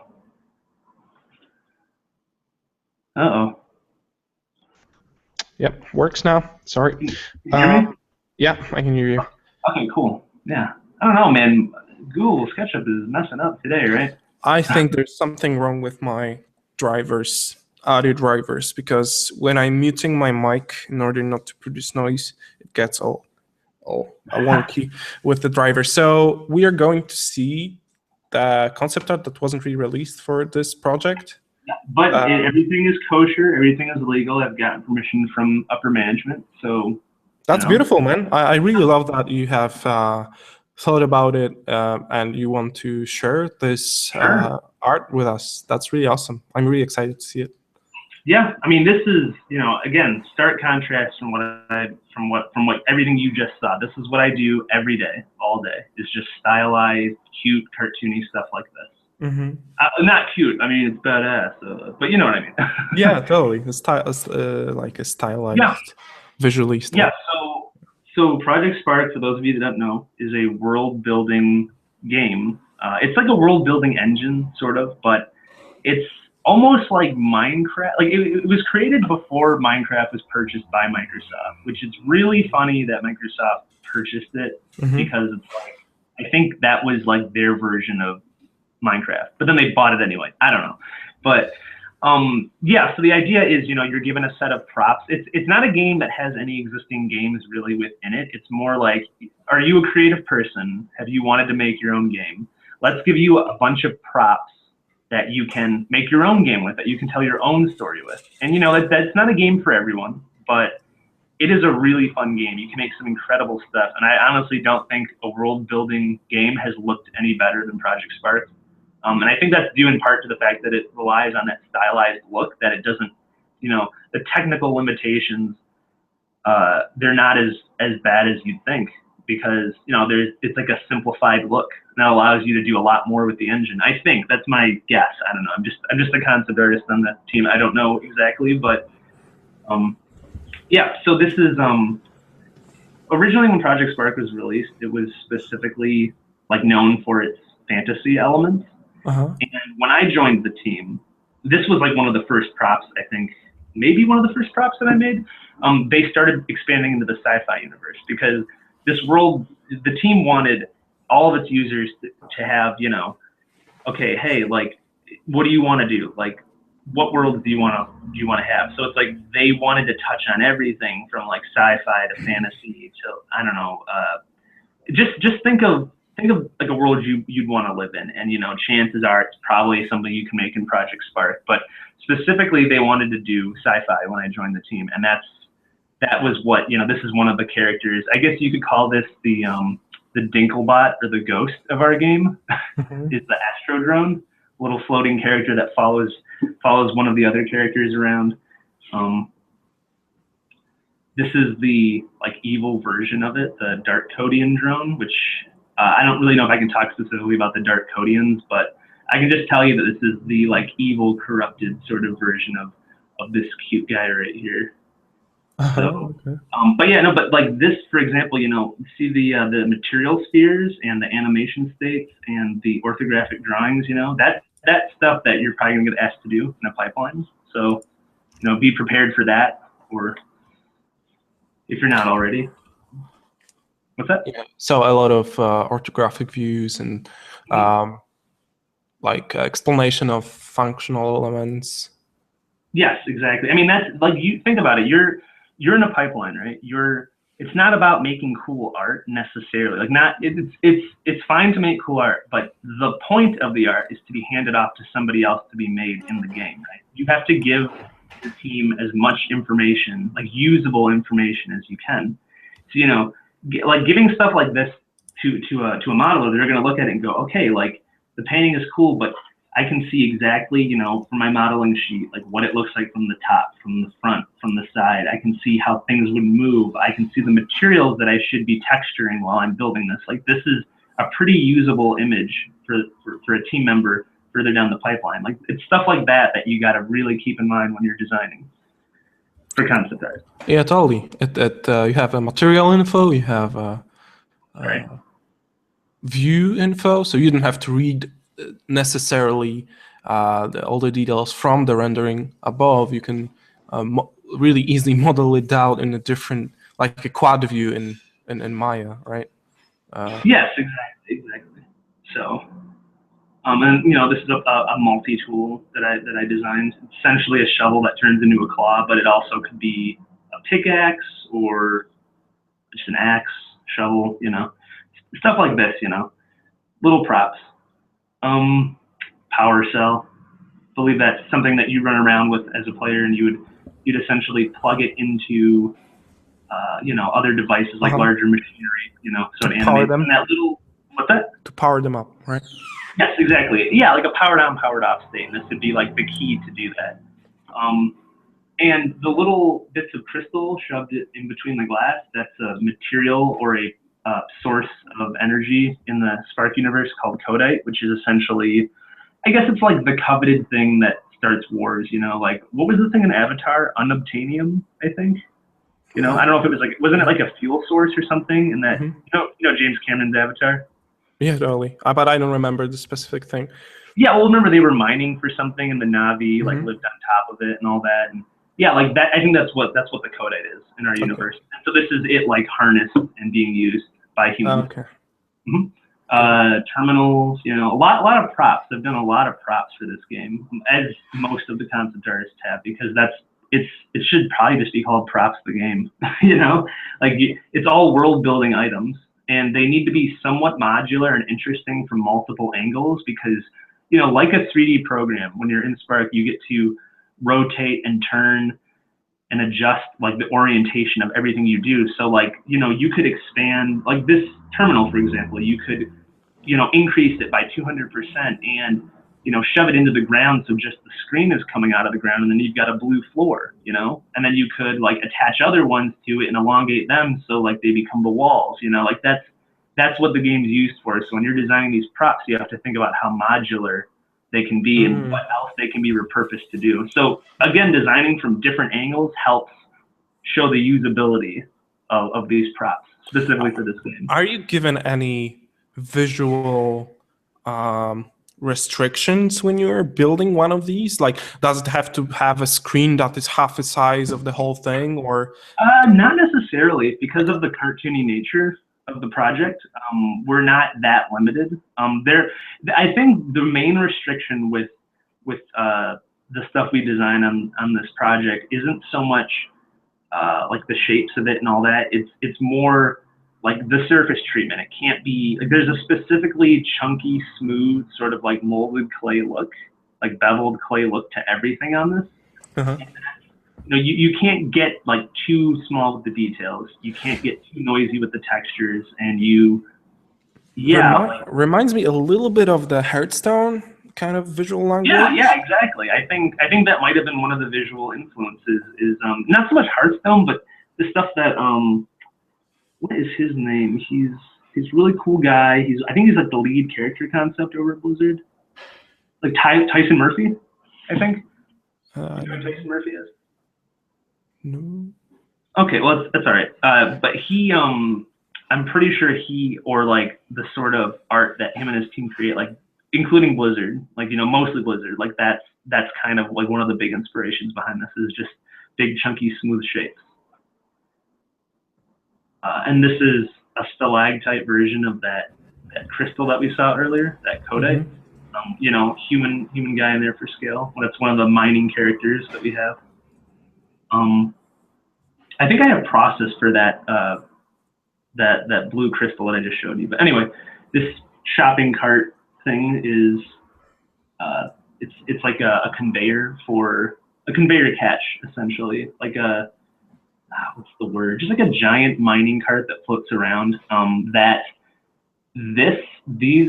These sort of supports form tracks, and you could move objects along the track, and then the track would end, and that cart would be at the end of it, you know, and like rocks or minerals, whatever you're moving around, could drop into that. But you don't have to use it for that. That's just one thing you could use it for in Project Spark. You know,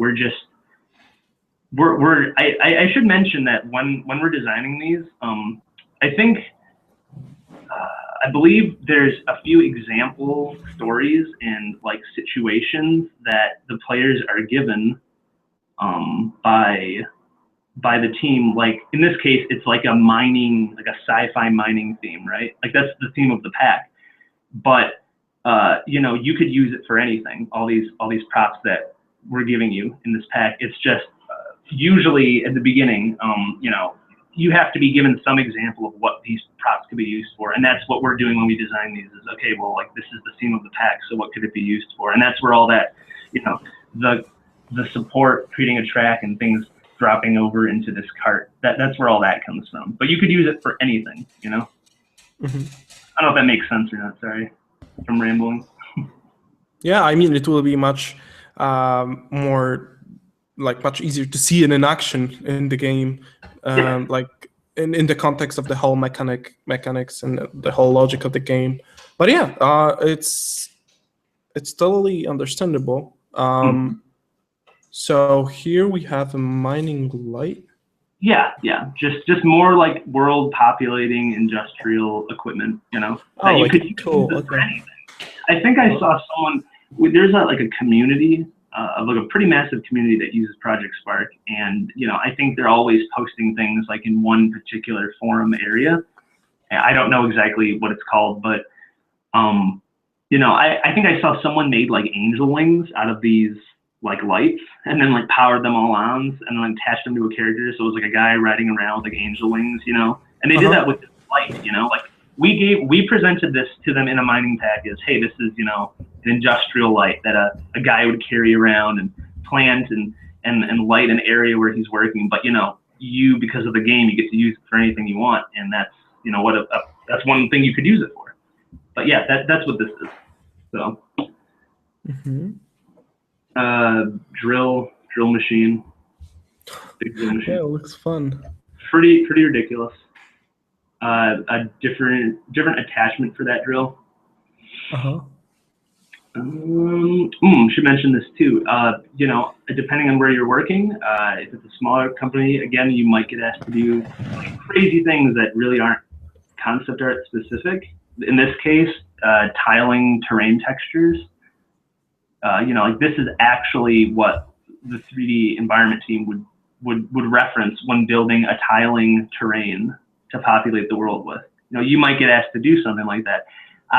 This was a tag team effort between me and one of the concept artists. I didn't do a ton of work on this, but I thought I'd throw it in as an example. Yeah. But yeah, stuff like that. Sci-Fi. Oh, have you ever played Conker's Bad Fur Day? Do you know of it, like, at all? So Conker, I think it was like N64 is the first console it came out on. I think it came out again on Xbox, the original Xbox, maybe Xbox 360. I don't remember. Okay. But the game Conker just got released in, or is going to be released soon in Project Spark. As like a DLC pack. Every new batch of themed objects we give players gets released in like a DLC pack, you know. And then it's like, this is the theme, like of the pack, like the Hunter's Camp or the, I don't know, Goblin whatever. And in this case, it's like, oh, the Conker game. Like there's a new Conker game, and you know, I did a bunch of work on it. So Conker, if you don't know anything about Conker, he's this foul-mouthed, rambunctious squirrel that kind of runs around and raises hell, and there's lots of like fart jokes and like toilet humor involved. And you know, this is, we're just kind of redesigning the character here and trying to figure out, you know, like what are some items that he could wear that could essentially give him powers. I don't know what the hot dog suit would do, make him taste good maybe. I don't know, but I had to draw it. But yeah, most of this didn't get made, but I thought I would show it to you anyway. This is kind of the design process I would go through. A lot, as you can see, a lot of the stuff in Spark that I've done it's very like painted. It's not really like hand drawn. But that's just, you know, it's just because I think I'm comfortable enough with values and stuff that I can design that way. Like, no, there were no line sketches that came before this. These were like the thumbnails I gave the art director. Oh yeah. Yep.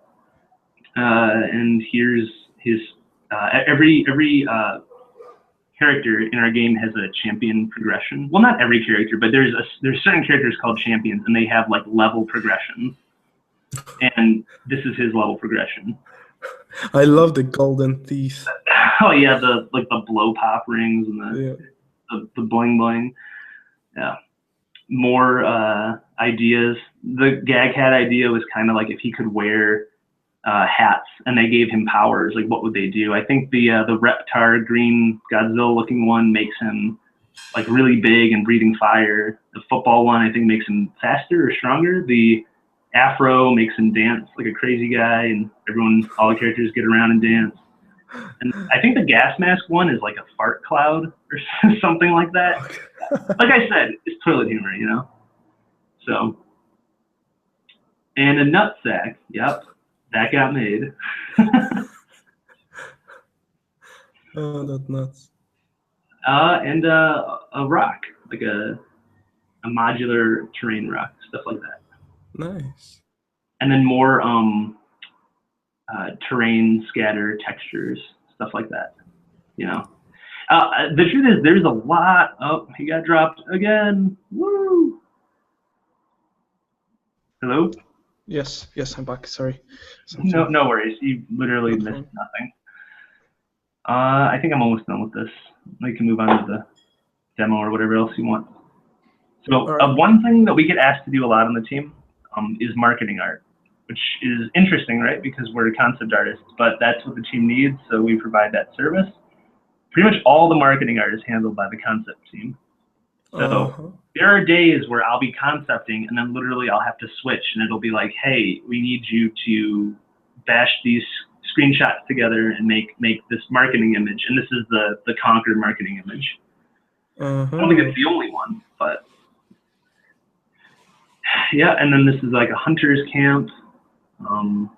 Like usually it's when these packs get released in the Xbox One marketing place or marketplace, there'll be, you know, like an advertisement for them, and I believe that's what these shots are.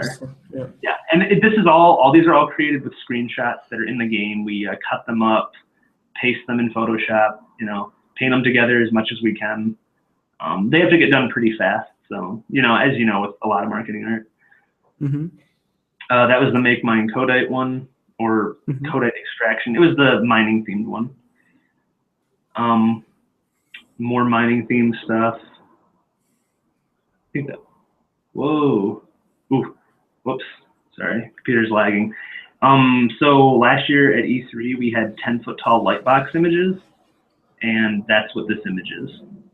Oh yeah, this was awesome. crazy to work on. This is one of those jobs where you it probably doesn't look as labor as you think. This style is very deceptive. You think, oh, everything's simplified and not textured, so it's easier to paint. It's not easier to paint at all, actually. It's very time consuming. This took days, and I needed help from the team in a lot of areas, but in the end we got it all together and it turned out pretty fun. Yeah, it looks great. Oh, thank you.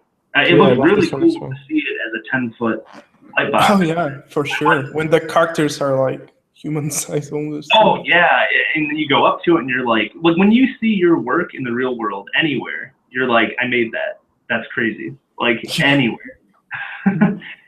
Howling wolves, you know. Yep. So I think that about wraps it up for. Yeah, thank you so much for showing these. This is a really unique insight into the game art studio work, like the yeah. Oh, so zombie stuff. There's just like 3 more. See these ugly silhouettes? Like the quality of them is very chopped and noisy. Like, you know, it's stuff like this that you might end up doing all the time at work because, you know, it has to get done so fast or in a certain amount of time. You know, like these I don't like showing this stuff like from like an artistic, like, I don't want to say pride, but like my artistic point of view, I'm like, oh. But for Level Up, I'm thinking, hey, you know, this is the real deal. Like this kind of stuff, you know, this could be what you're doing from the day to day. So I thought it was really important to show you guys this type of stuff. That's amazing, because that's what you are really end up doing at work. That's what I do every day. Exactly. So this is the reality of the game industry, really. You are there to resolve problems visually. So this is really what it is. Think about how much bigger the art of book would be, you know, if you showed all the art that got made for it, right? It would be like a thesaurus. Like, you don't see most of what gets made because most of what gets made either doesn't get used or is crappy, or both. Yeah. So the preachy stuff I'll always get into the art book, but yeah, I would love to see like a dirty art book version of the, you know, just to see everything. I mean, that's I think that's probably like a fifth of what I've done on the project. That's a very small amount. It's only what I can show. Unfortunately, most of the stuff I've done is getting released way later. Not even sure. I'll probably be off the team before it gets released, to be honest. But yeah, if I can show more, I will. But yeah, that's about it. That's never before seen. So there you go. Hope you liked it. That was awesome. And I'm sure people will appreciate all that, because I don't think you can really get that much insight into what Project Spark is from inside. So we are really thankful for that. Yeah, no worries. And I have to plug it if you guys haven't. If you're into the realistic stuff and you haven't done anything like stylized, I mean, that wasn't even the biggest form of stylized. There's been way more cartoony stuff. But like, Mm-hmm. and I wish I could show you the really cartoony stuff I've done. Actually, I'd like to show you some of, not that specifically, but if you haven't done it before, try it out, because you'll learn a lot from forcing yourself to push and pull shapes where you're not comfortable or where you wouldn't normally design. You know, that experience and that influence will come back into the work you're currently doing. Like for me, like I've always kind of been comfortable rendering realistically, but I could never do cartoon proportion stuff until now. So you combine the two, you know, you'll have something way more interesting, right? Yeah, exactly. So enabling you to go outside of your comfort zone, you actually have experienced a lot of growth and a lot of evolution in your own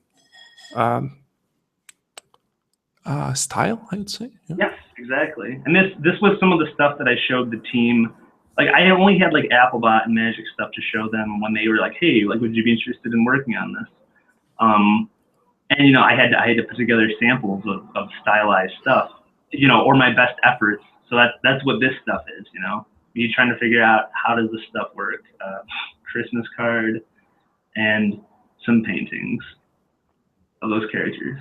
Uh-huh. Yeah, so try it out, you guys. Definitely try it out. I mean, I'm certainly like not, you know, there's people that are far better.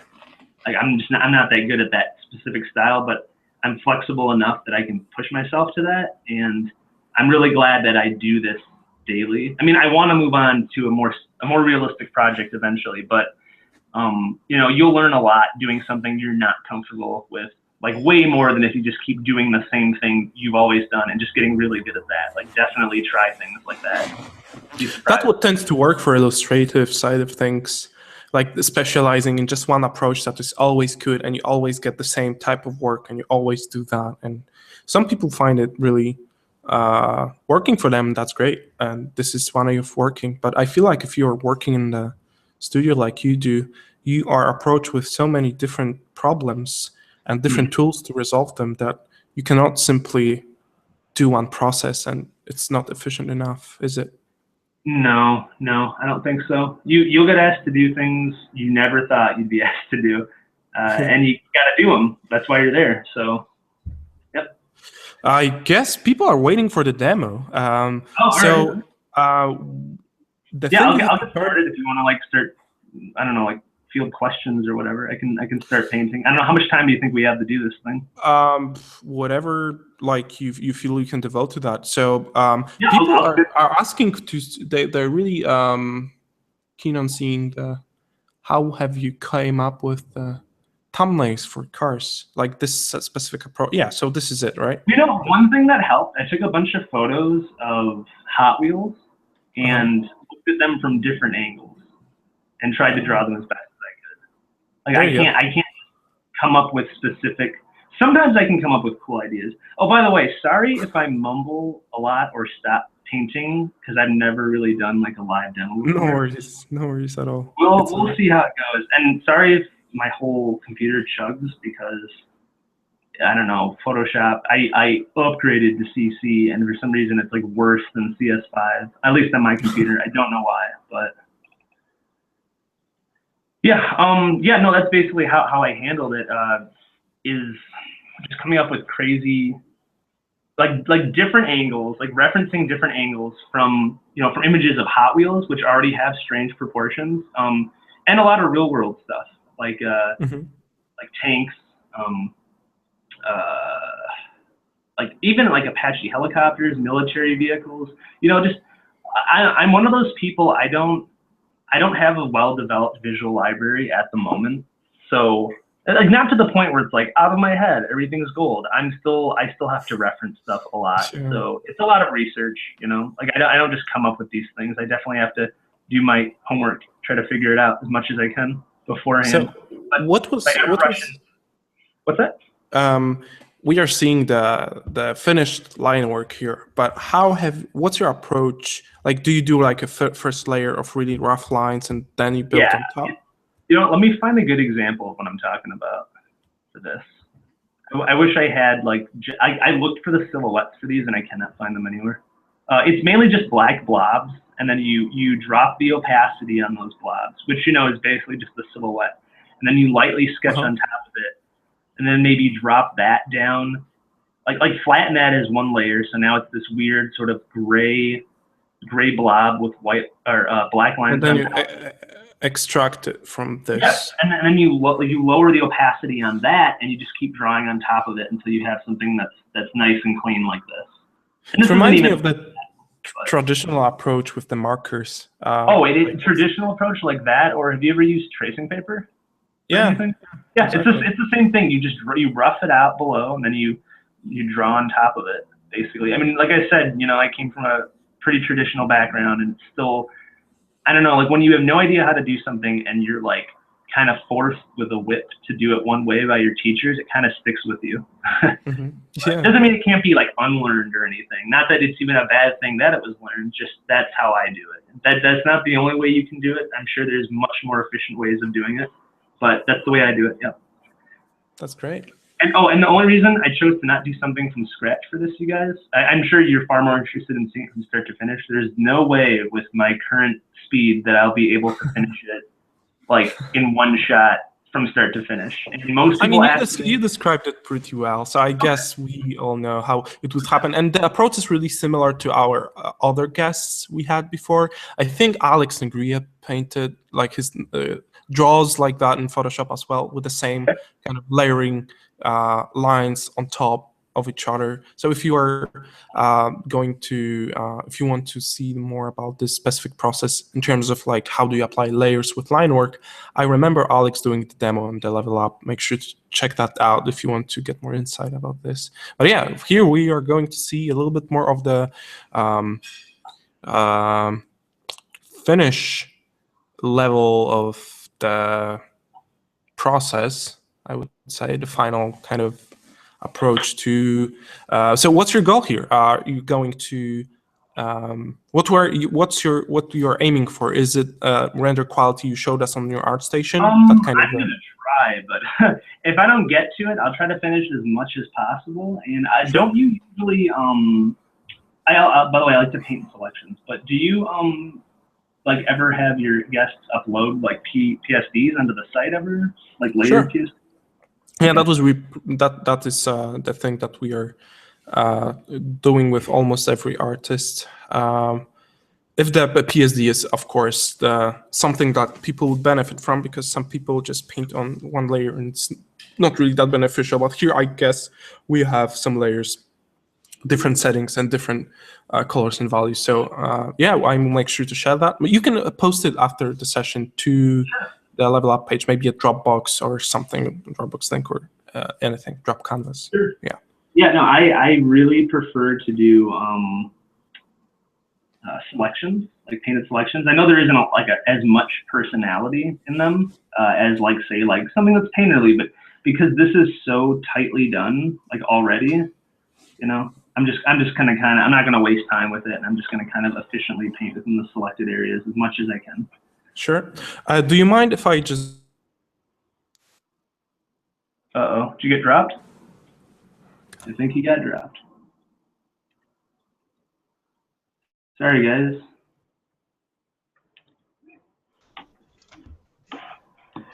Hello? Hello? Hello? Can you hear me? Did you get dropped again? Hello? Can you hear me? Yeah, can you hear me? Oh.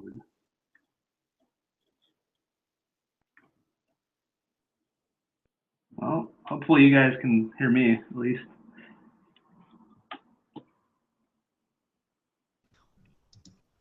Hello? Does it work? Can you hear me? Hello? Yeah, can you hear me? Yeah, I can hear you. Okay, sorry. Do you mind if I jump? I have to take some water, and I will be just right back. Yeah, no, I'm just sitting here. Okay, 1 second. Or not painting, selecting. Yeah. If anyone's curious, by the way, I'm working on a 22 HD Cintiq. Because I do a lot of line work, and using an Intuos would drive me insane doing that. I worked on an Intuos for like 3 years, and then when I got into a Cintiq, I was like, never again.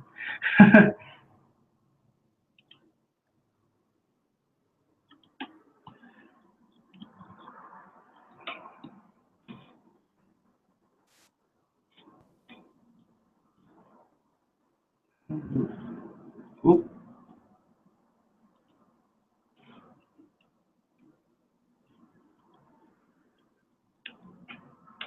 Pretty selected. Sorry if anyone's asking questions. I don't have my window open, so I can't see them. But I'm sure Wojtek will be back shortly. And by the way, isn't it hilarious, you guys, that this is session 69? Sorry. I had to. It's too perfect.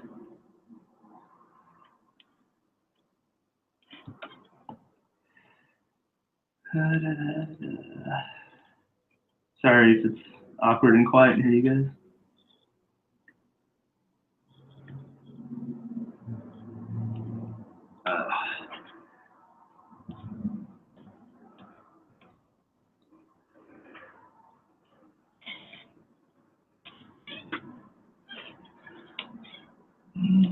Now I'm going to paint bucket something in. What do I want to do? Let's see. It's not bad.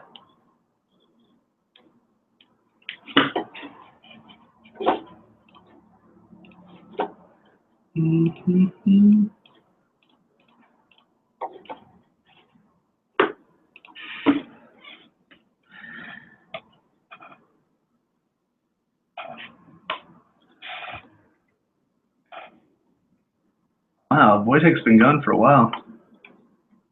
Sorry, guys. Sorry, it's so quiet and strange.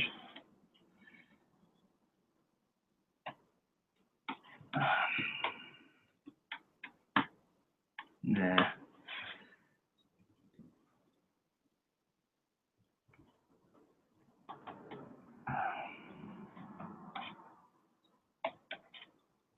Whoops.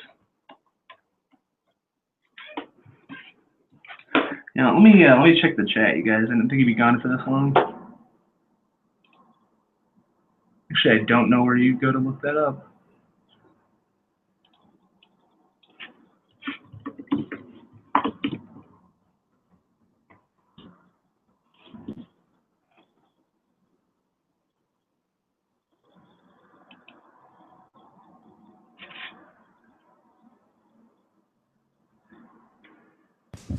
All right, I'm back. Sorry. Can you hear me?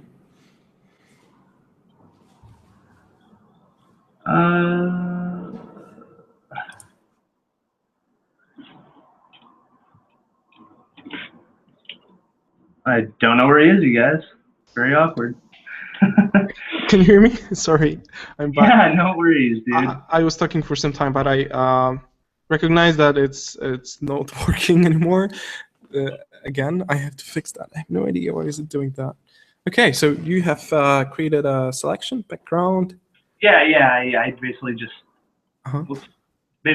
selected that first, then added this darker background, and started working up like a sort of floor backdrop.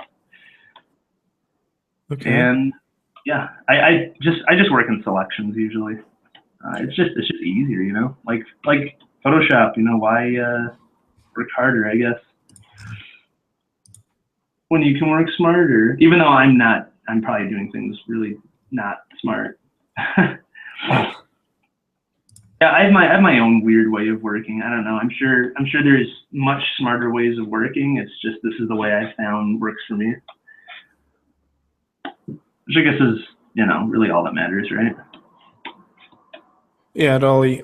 Like if you're familiar with the approach to the point it gives you the result you want in the time frame you want, then I guess it's an efficient approach.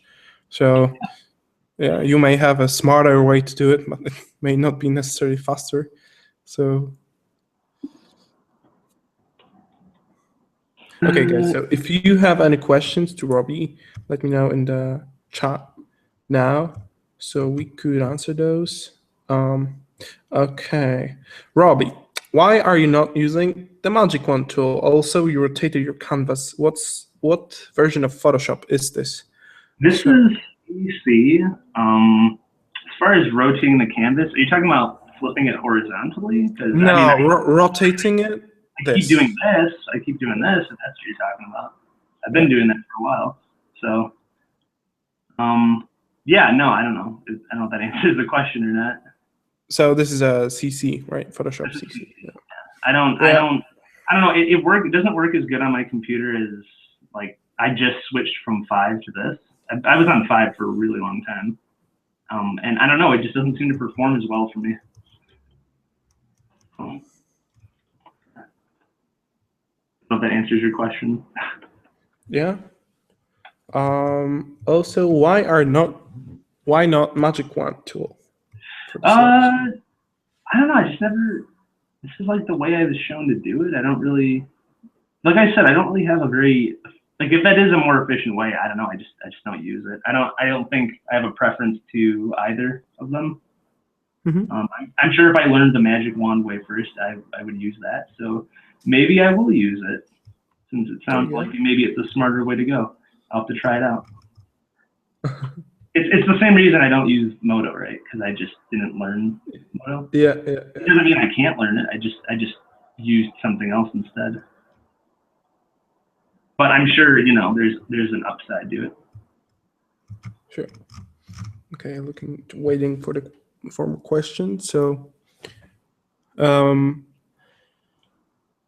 where do you get the inspiration for all these industrial designs and joints and all that? Is there a specific place you go to see that stuff, like a Tumblr or Pinterest, or you look at machines? I don't know.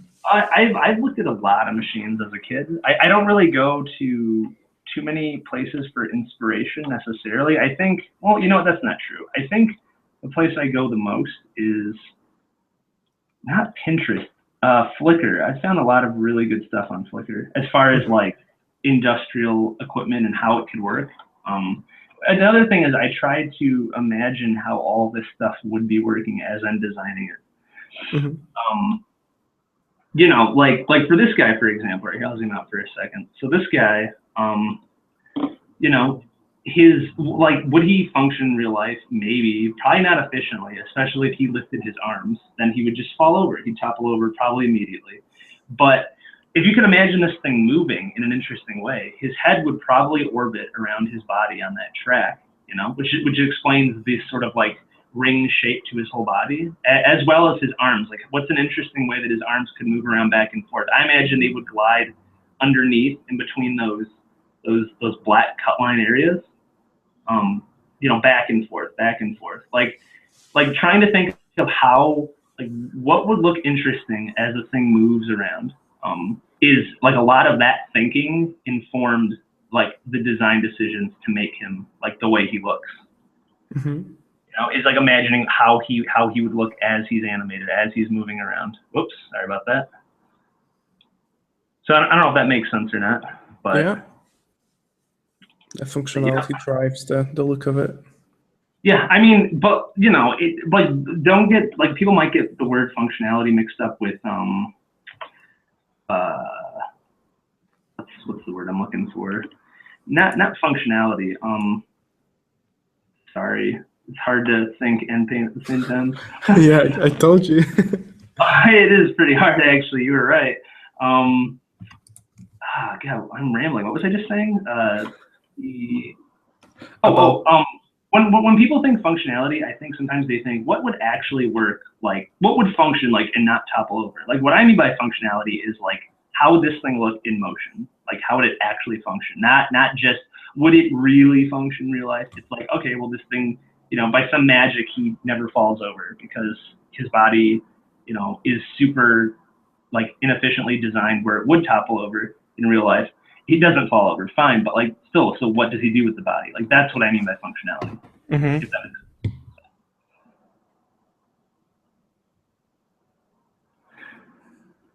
Yep. Yeah, this is a lot harder than he said it, or not harder than he said it'd be, harder than I thought it'd be. That's okay. It's yeah, fun. I guess this is just the process that you tend to do alone not alone, but, you know, at work. Yeah, kind of focused and in the zone. So it's really hard suddenly to jump on the stream where like 200 people is watching you, and there's a guy that is constantly interrupting with questions. That's definitely not the best, not the most familiar way to work, not the best environment to create art with. So let's just treat it as a, the showcase of how would you tackle the problem of like going from line art to something that has color and material information. Yes. Are you asking me? Or... No. It's just. Okay. Sorry about that. Yeah. No worries. Any other questions? And let me look it up. Totally down, guys. Okay. Robbie, I haven't ever been introduced to mecha and machine arts, but I want to start drawing it. Where do I start? So when you say you haven't been introduced to it, do you not, are you talking about like the artwork of it specifically, or have you never even seen anything like Gundam or Neo Genesis, or I'm just curious how unfamiliar with it you actually are. I mean, this is the question from T Slipping Zombie. I have no idea what his answer to your question is, but I guess all I can say is that's where I started. Was the inspiration came first from, growing up as a kid watching Cartoon Network and seeing like Toonami, and on Toonami was like Gundam Wing, and Endless Waltz, I think was their like the big like movie. Like lots of Asian inspirations through like different animes, different mangas. Trying to think of some books that some people showed me that also really helped. Yeah, we tend to get these book recommendations, but I guess that's a little bit too much for you right now. So maybe I just don't remember like exactly which ones. I mean, if I could recommend some now, I don't know. Has Nothing But Mech come out with a book yet, or many books? Do you know that blog that is just about mechas? There's an art blog. Like lots of artists contribute to it. Like good artists, like really good artists. Nothing But Mech, something like that. Yeah. Some people in the chat might know what I'm talking about. Maybe. I'm just thinking there are a bunch of Scott Robertson's books that are showcasing a lot of hard surface designs from him and his students.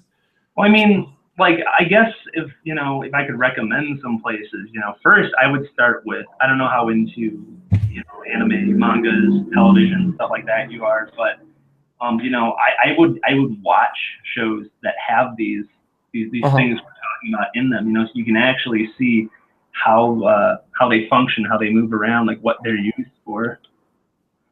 Because that's what I did at first, and seeing them like move, I was like, oh man, like, and seeing like the scale of some of them, like, whoops, if they're like the really like big ones, stuff like that. Like, as far as books, I guess Nothing But Mech. Oh man, I wish my roommate was up because he knows way more about robots than I do. I remember watching Ghost in the Shell, being really inspired by the designs, but if I would see them just statically, it wouldn't do as much as it did when I saw them animated. So that was super precious to see how these things move around and how they are designed to actually move, not to be showcased on just a flat surface. So yeah, exactly. Which is why I recommend. I mean, yes, art is amazing, but see it in action. Yes, Ghost in the Shell, the Neo Genesis series, like everything Ava. What else? There's so many of them. I'm trying to remember exactly which ones I looked at the most. I think there was something called MDX or MD Dice, MDX. That was sort of like a Western themed anime from like the 80s. That had a lot of mobile suits in it too. Yeah, basically the way I got inspired is before I knew about the art, because I don't really know if there was any art of books when we were kids and we were watching this stuff. I just watched it on TV. I just watched movies of it. Like that's where I got my inspiration from the most. Like just generally like when it comes to interest. And then, when I'm not working at work, you know, I just think back to like, oh, what was the stuff that like really inspired me when I was a kid? And, you know, it's usually that kind of stuff. So yeah, start cracking open some animes, man. Or maybe you could play, what is that one, Armored Core is a video game? I guess it's like a really hard, like Japanese video game. I don't know. All next. Another good place. If you can find Met Games, Mech Assault, maybe. Sorry for that. So there's another question in the chat. What is the average time one should take for coming up with thumbnails for concepting when one does 3D modeling? That's interesting because I'm pretty, as you guys can tell, I'm pretty inexperienced when it comes to 3D. It depends, like how comfortable. If you're more comfortable designing in 3D, I might not even like touch the thumbnails and just go for it. But if you have a more of a process like I do, where it's like 2D, I would say try to nail down the design first, because I'm pretty inefficient when it comes to 3D, and I'd much rather, because the tools are going to be fighting me half the time, I would much rather have a design nailed down first. Yeah, so there's that thing that there's no. Yeah, I feel like the person is asking for a recipe for coming up with good idea, whereas like the time you should spend on the figuring it out is until you figure it out, I would say, like in 2D, if you want to back up with 2D, because suddenly if you're just, okay, let's do 2 hours of sketching and then I will do 2 hours of modeling, maybe your design is, I know, much more sophisticated, your idea, and it requires actually to figure everything out before you actually jump onto 3D for you to avoid all the issues you would have in 3D, or for example, with the shape design or all these things. So figuring it out first until it's actually done, because what's the purpose of the sketch, of the thumbnail, is to have the final on the horizon to see, okay, do I like the direction of that? Is it worth committing to? You have to ask yourself, I think, all these questions in order to make the 3D part worth the spend. Yeah, exactly. Because no, you're absolutely right, dude. Like if you're gonna spend all this time, it's like with anything you do, right? Like if you paint on top of like a bad idea, it doesn't change the fact that it's a bad idea. Like you want to nail down like a direction of design you want to go first, and then put in the time and the effort. Like make your mistakes in the beginning, like small scale with the thumbnails, and then eventually spend the time and make something like nice and presentable, like in 3D, for example. So like the answer, how much time as it takes, That's the whole point of it, is a good, effective design. You don't want to work on something that's like kind of crappy. There's another question regarding the time spent on, let's say, this type of the design. From start to finish, what would you say in hours? How much time do you need for that, including research and line drawing and this face? Research. I think there's more time put into research for me than there is for actually like creating the artwork itself. That's interesting. Yeah, that's what I was saying. Yeah, like my visual library is seriously lacking, and I like knowing that nowadays I spend less time polishing turds and more time coming up with something that's like effective and good, and sometimes the research, sometimes it depends, actually it can vary based on projects. Sometimes the amount of picture making will be more than the research. Sometimes it'll be less, but I usually find that it's usually more, because especially if you're doing concept art, like you want to cover all your bases as far as like design and functionality goes. So if it was illustration, I think it maybe be a little bit different. Mm-hmm. All right, so what's the step right after applying these two values like lighter and darker values to all that? Do you have a plan? I'm gonna start painting over the line work. I just want to establish the light first. Like the texturing and like all the effects will go on over the light, but the light you gotta have light there first. Like so important. So it's pretty basic. You know, I think I'm gonna do some like side lit rim thing going on, like a rim lighting kind of thing. And then, you know, as far as my colors go, I don't know. Some people like to dodge and burn things. I prefer to just like literally if I was working traditionally and I was mixing a palette, you know, I would want to mix a brighter version of that same color. Like I dropped this particular blue. Oops, hold on. I drop this particular blue and then, you know, go over to the slider and maybe try to find like a lighter version of the same blue. And then if I wanted to make it darker, you know, it'd be the same thing. Like I might add black over it with like a low opacity brush, but honestly, I'd rather just paint as like opaquely as possible in the beginning. If that makes sense. Uh-oh, did he get dropped? Hello? Can you hear me? Can you hear me? Hello? Hello, can you hear me? Yeah, you there? Yeah, it's working now. All right, sure. Did you get like any of that? Yeah, I did. Yeah. Okay, cool. Yeah, I mean I think that just comes from a traditional painting background, you know. Hello? Yes, I'm here. Okay. I never know, dude. It's so silent. You never know when you leave, and it's just quiet. I'm like, Yeah, because I have some things happening in the background, and I keep muting my mic no worries. with a button on it, so I just don't want any noise to get into. But let me look up questions. Okay, not that many right now. So, okay. I also use the sliders a lot to really like punch up values. That's not too bad. Mm-hmm. Yeah. Yep. One thing too, painting in selections allows you to create drop shadows. Hello? You there? Oh man.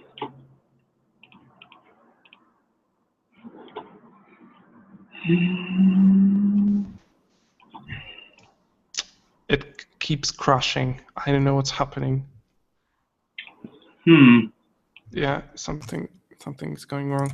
So let's give it maybe 10 more minutes, and maybe after the session you can finish this thing up and post it. I bet people will be really interested to see this. I just don't want to continue with this technical thing that, I don't know, it keeps happening. I don't know why. Just keep. No worries, dude. Because I think every time I'm out of the session, it stopped being too streamed, and yeah. Yeah, it's fine. Continue. Okay, shadow. So you made a shadow out of the silhouette itself. Yeah. I just selected everything and then paint bucketed it. Actually, here, I'll show you. So I just paint bucketed everything and then dropped it behind this laid in version, and then just, you know, I'm trying to like make it look more like it's the shadow that would actually be cast, but it'd be pretty faint. This would be a little bit lighter, I think. I don't know, dude. Are you okay? I don't know. It rejoined it again. Fuck. No worries. God damn it.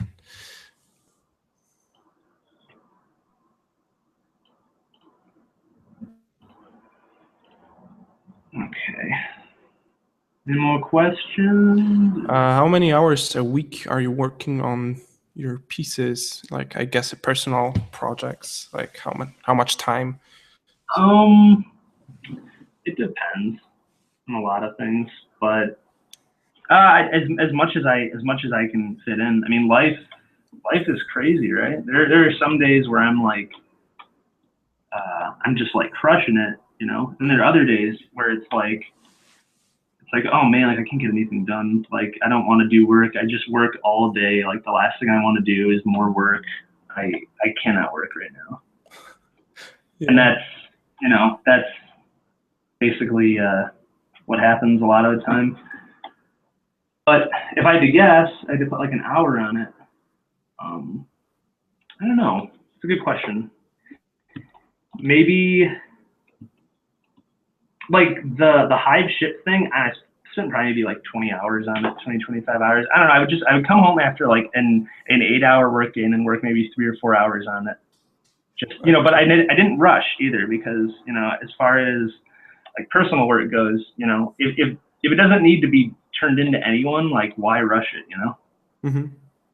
Unless you're in the process of like learning like a new technique or something. But usually for me, you know, yeah, I just do it for fun.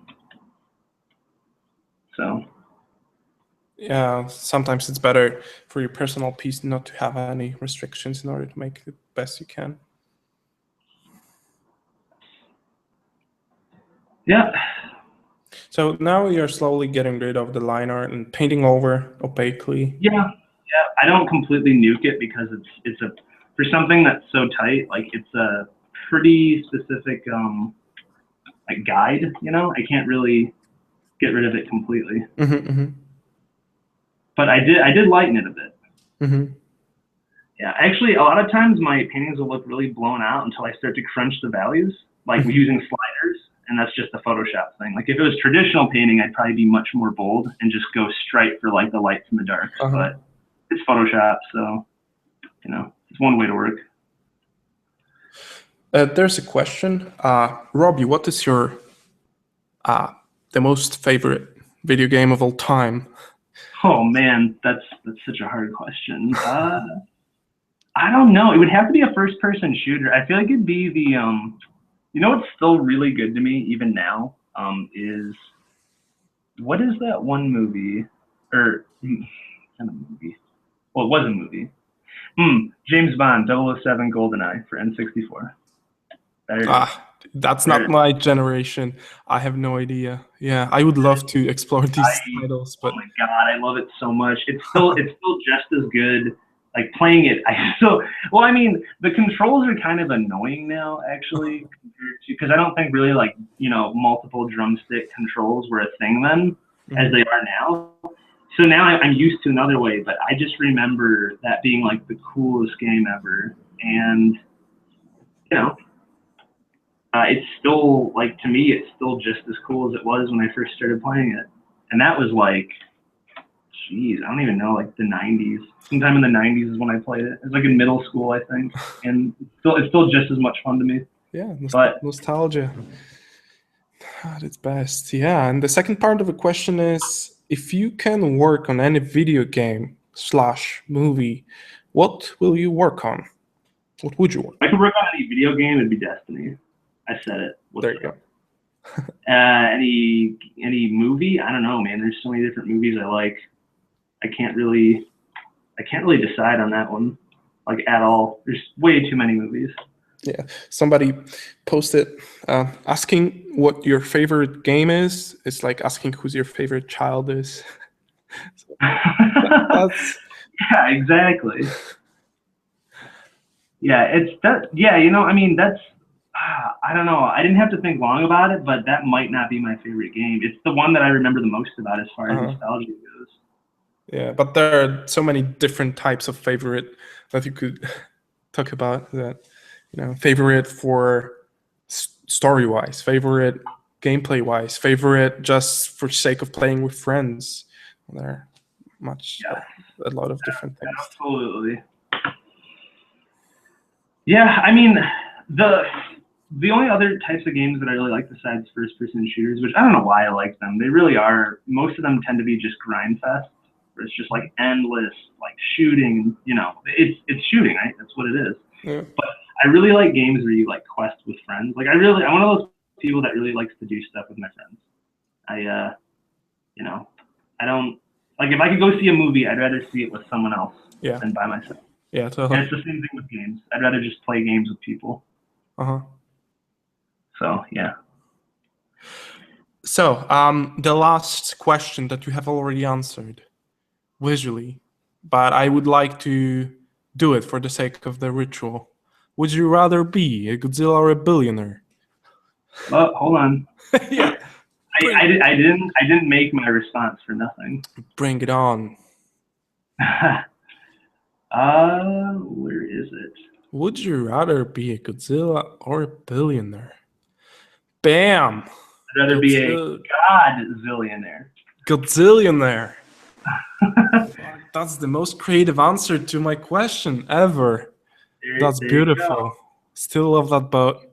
Still love yeah, that I was boat. thinking about replacing the car, the Ferrari behind him with the boat, but like I put your also boat wanted into to the shop garage. yeah, I also wanted to shop in a giant vodka bottle in the back, but Yeah, that would be relevant. I was like, I don't have time for that. And I think everyone gets it for the most part. Okay, so I think this is the point when you can wrap up. Thank you so much for showing us your journey, your path, your workflow, sharing with us your experiences. This is like also the insight into the project Spark, sorry, and that was really, really valuable. And thank you so much. And guys, if you want to see more stuff from Robbie, go to his Facebook, Robbie Trevino, and his ArtStation. Same.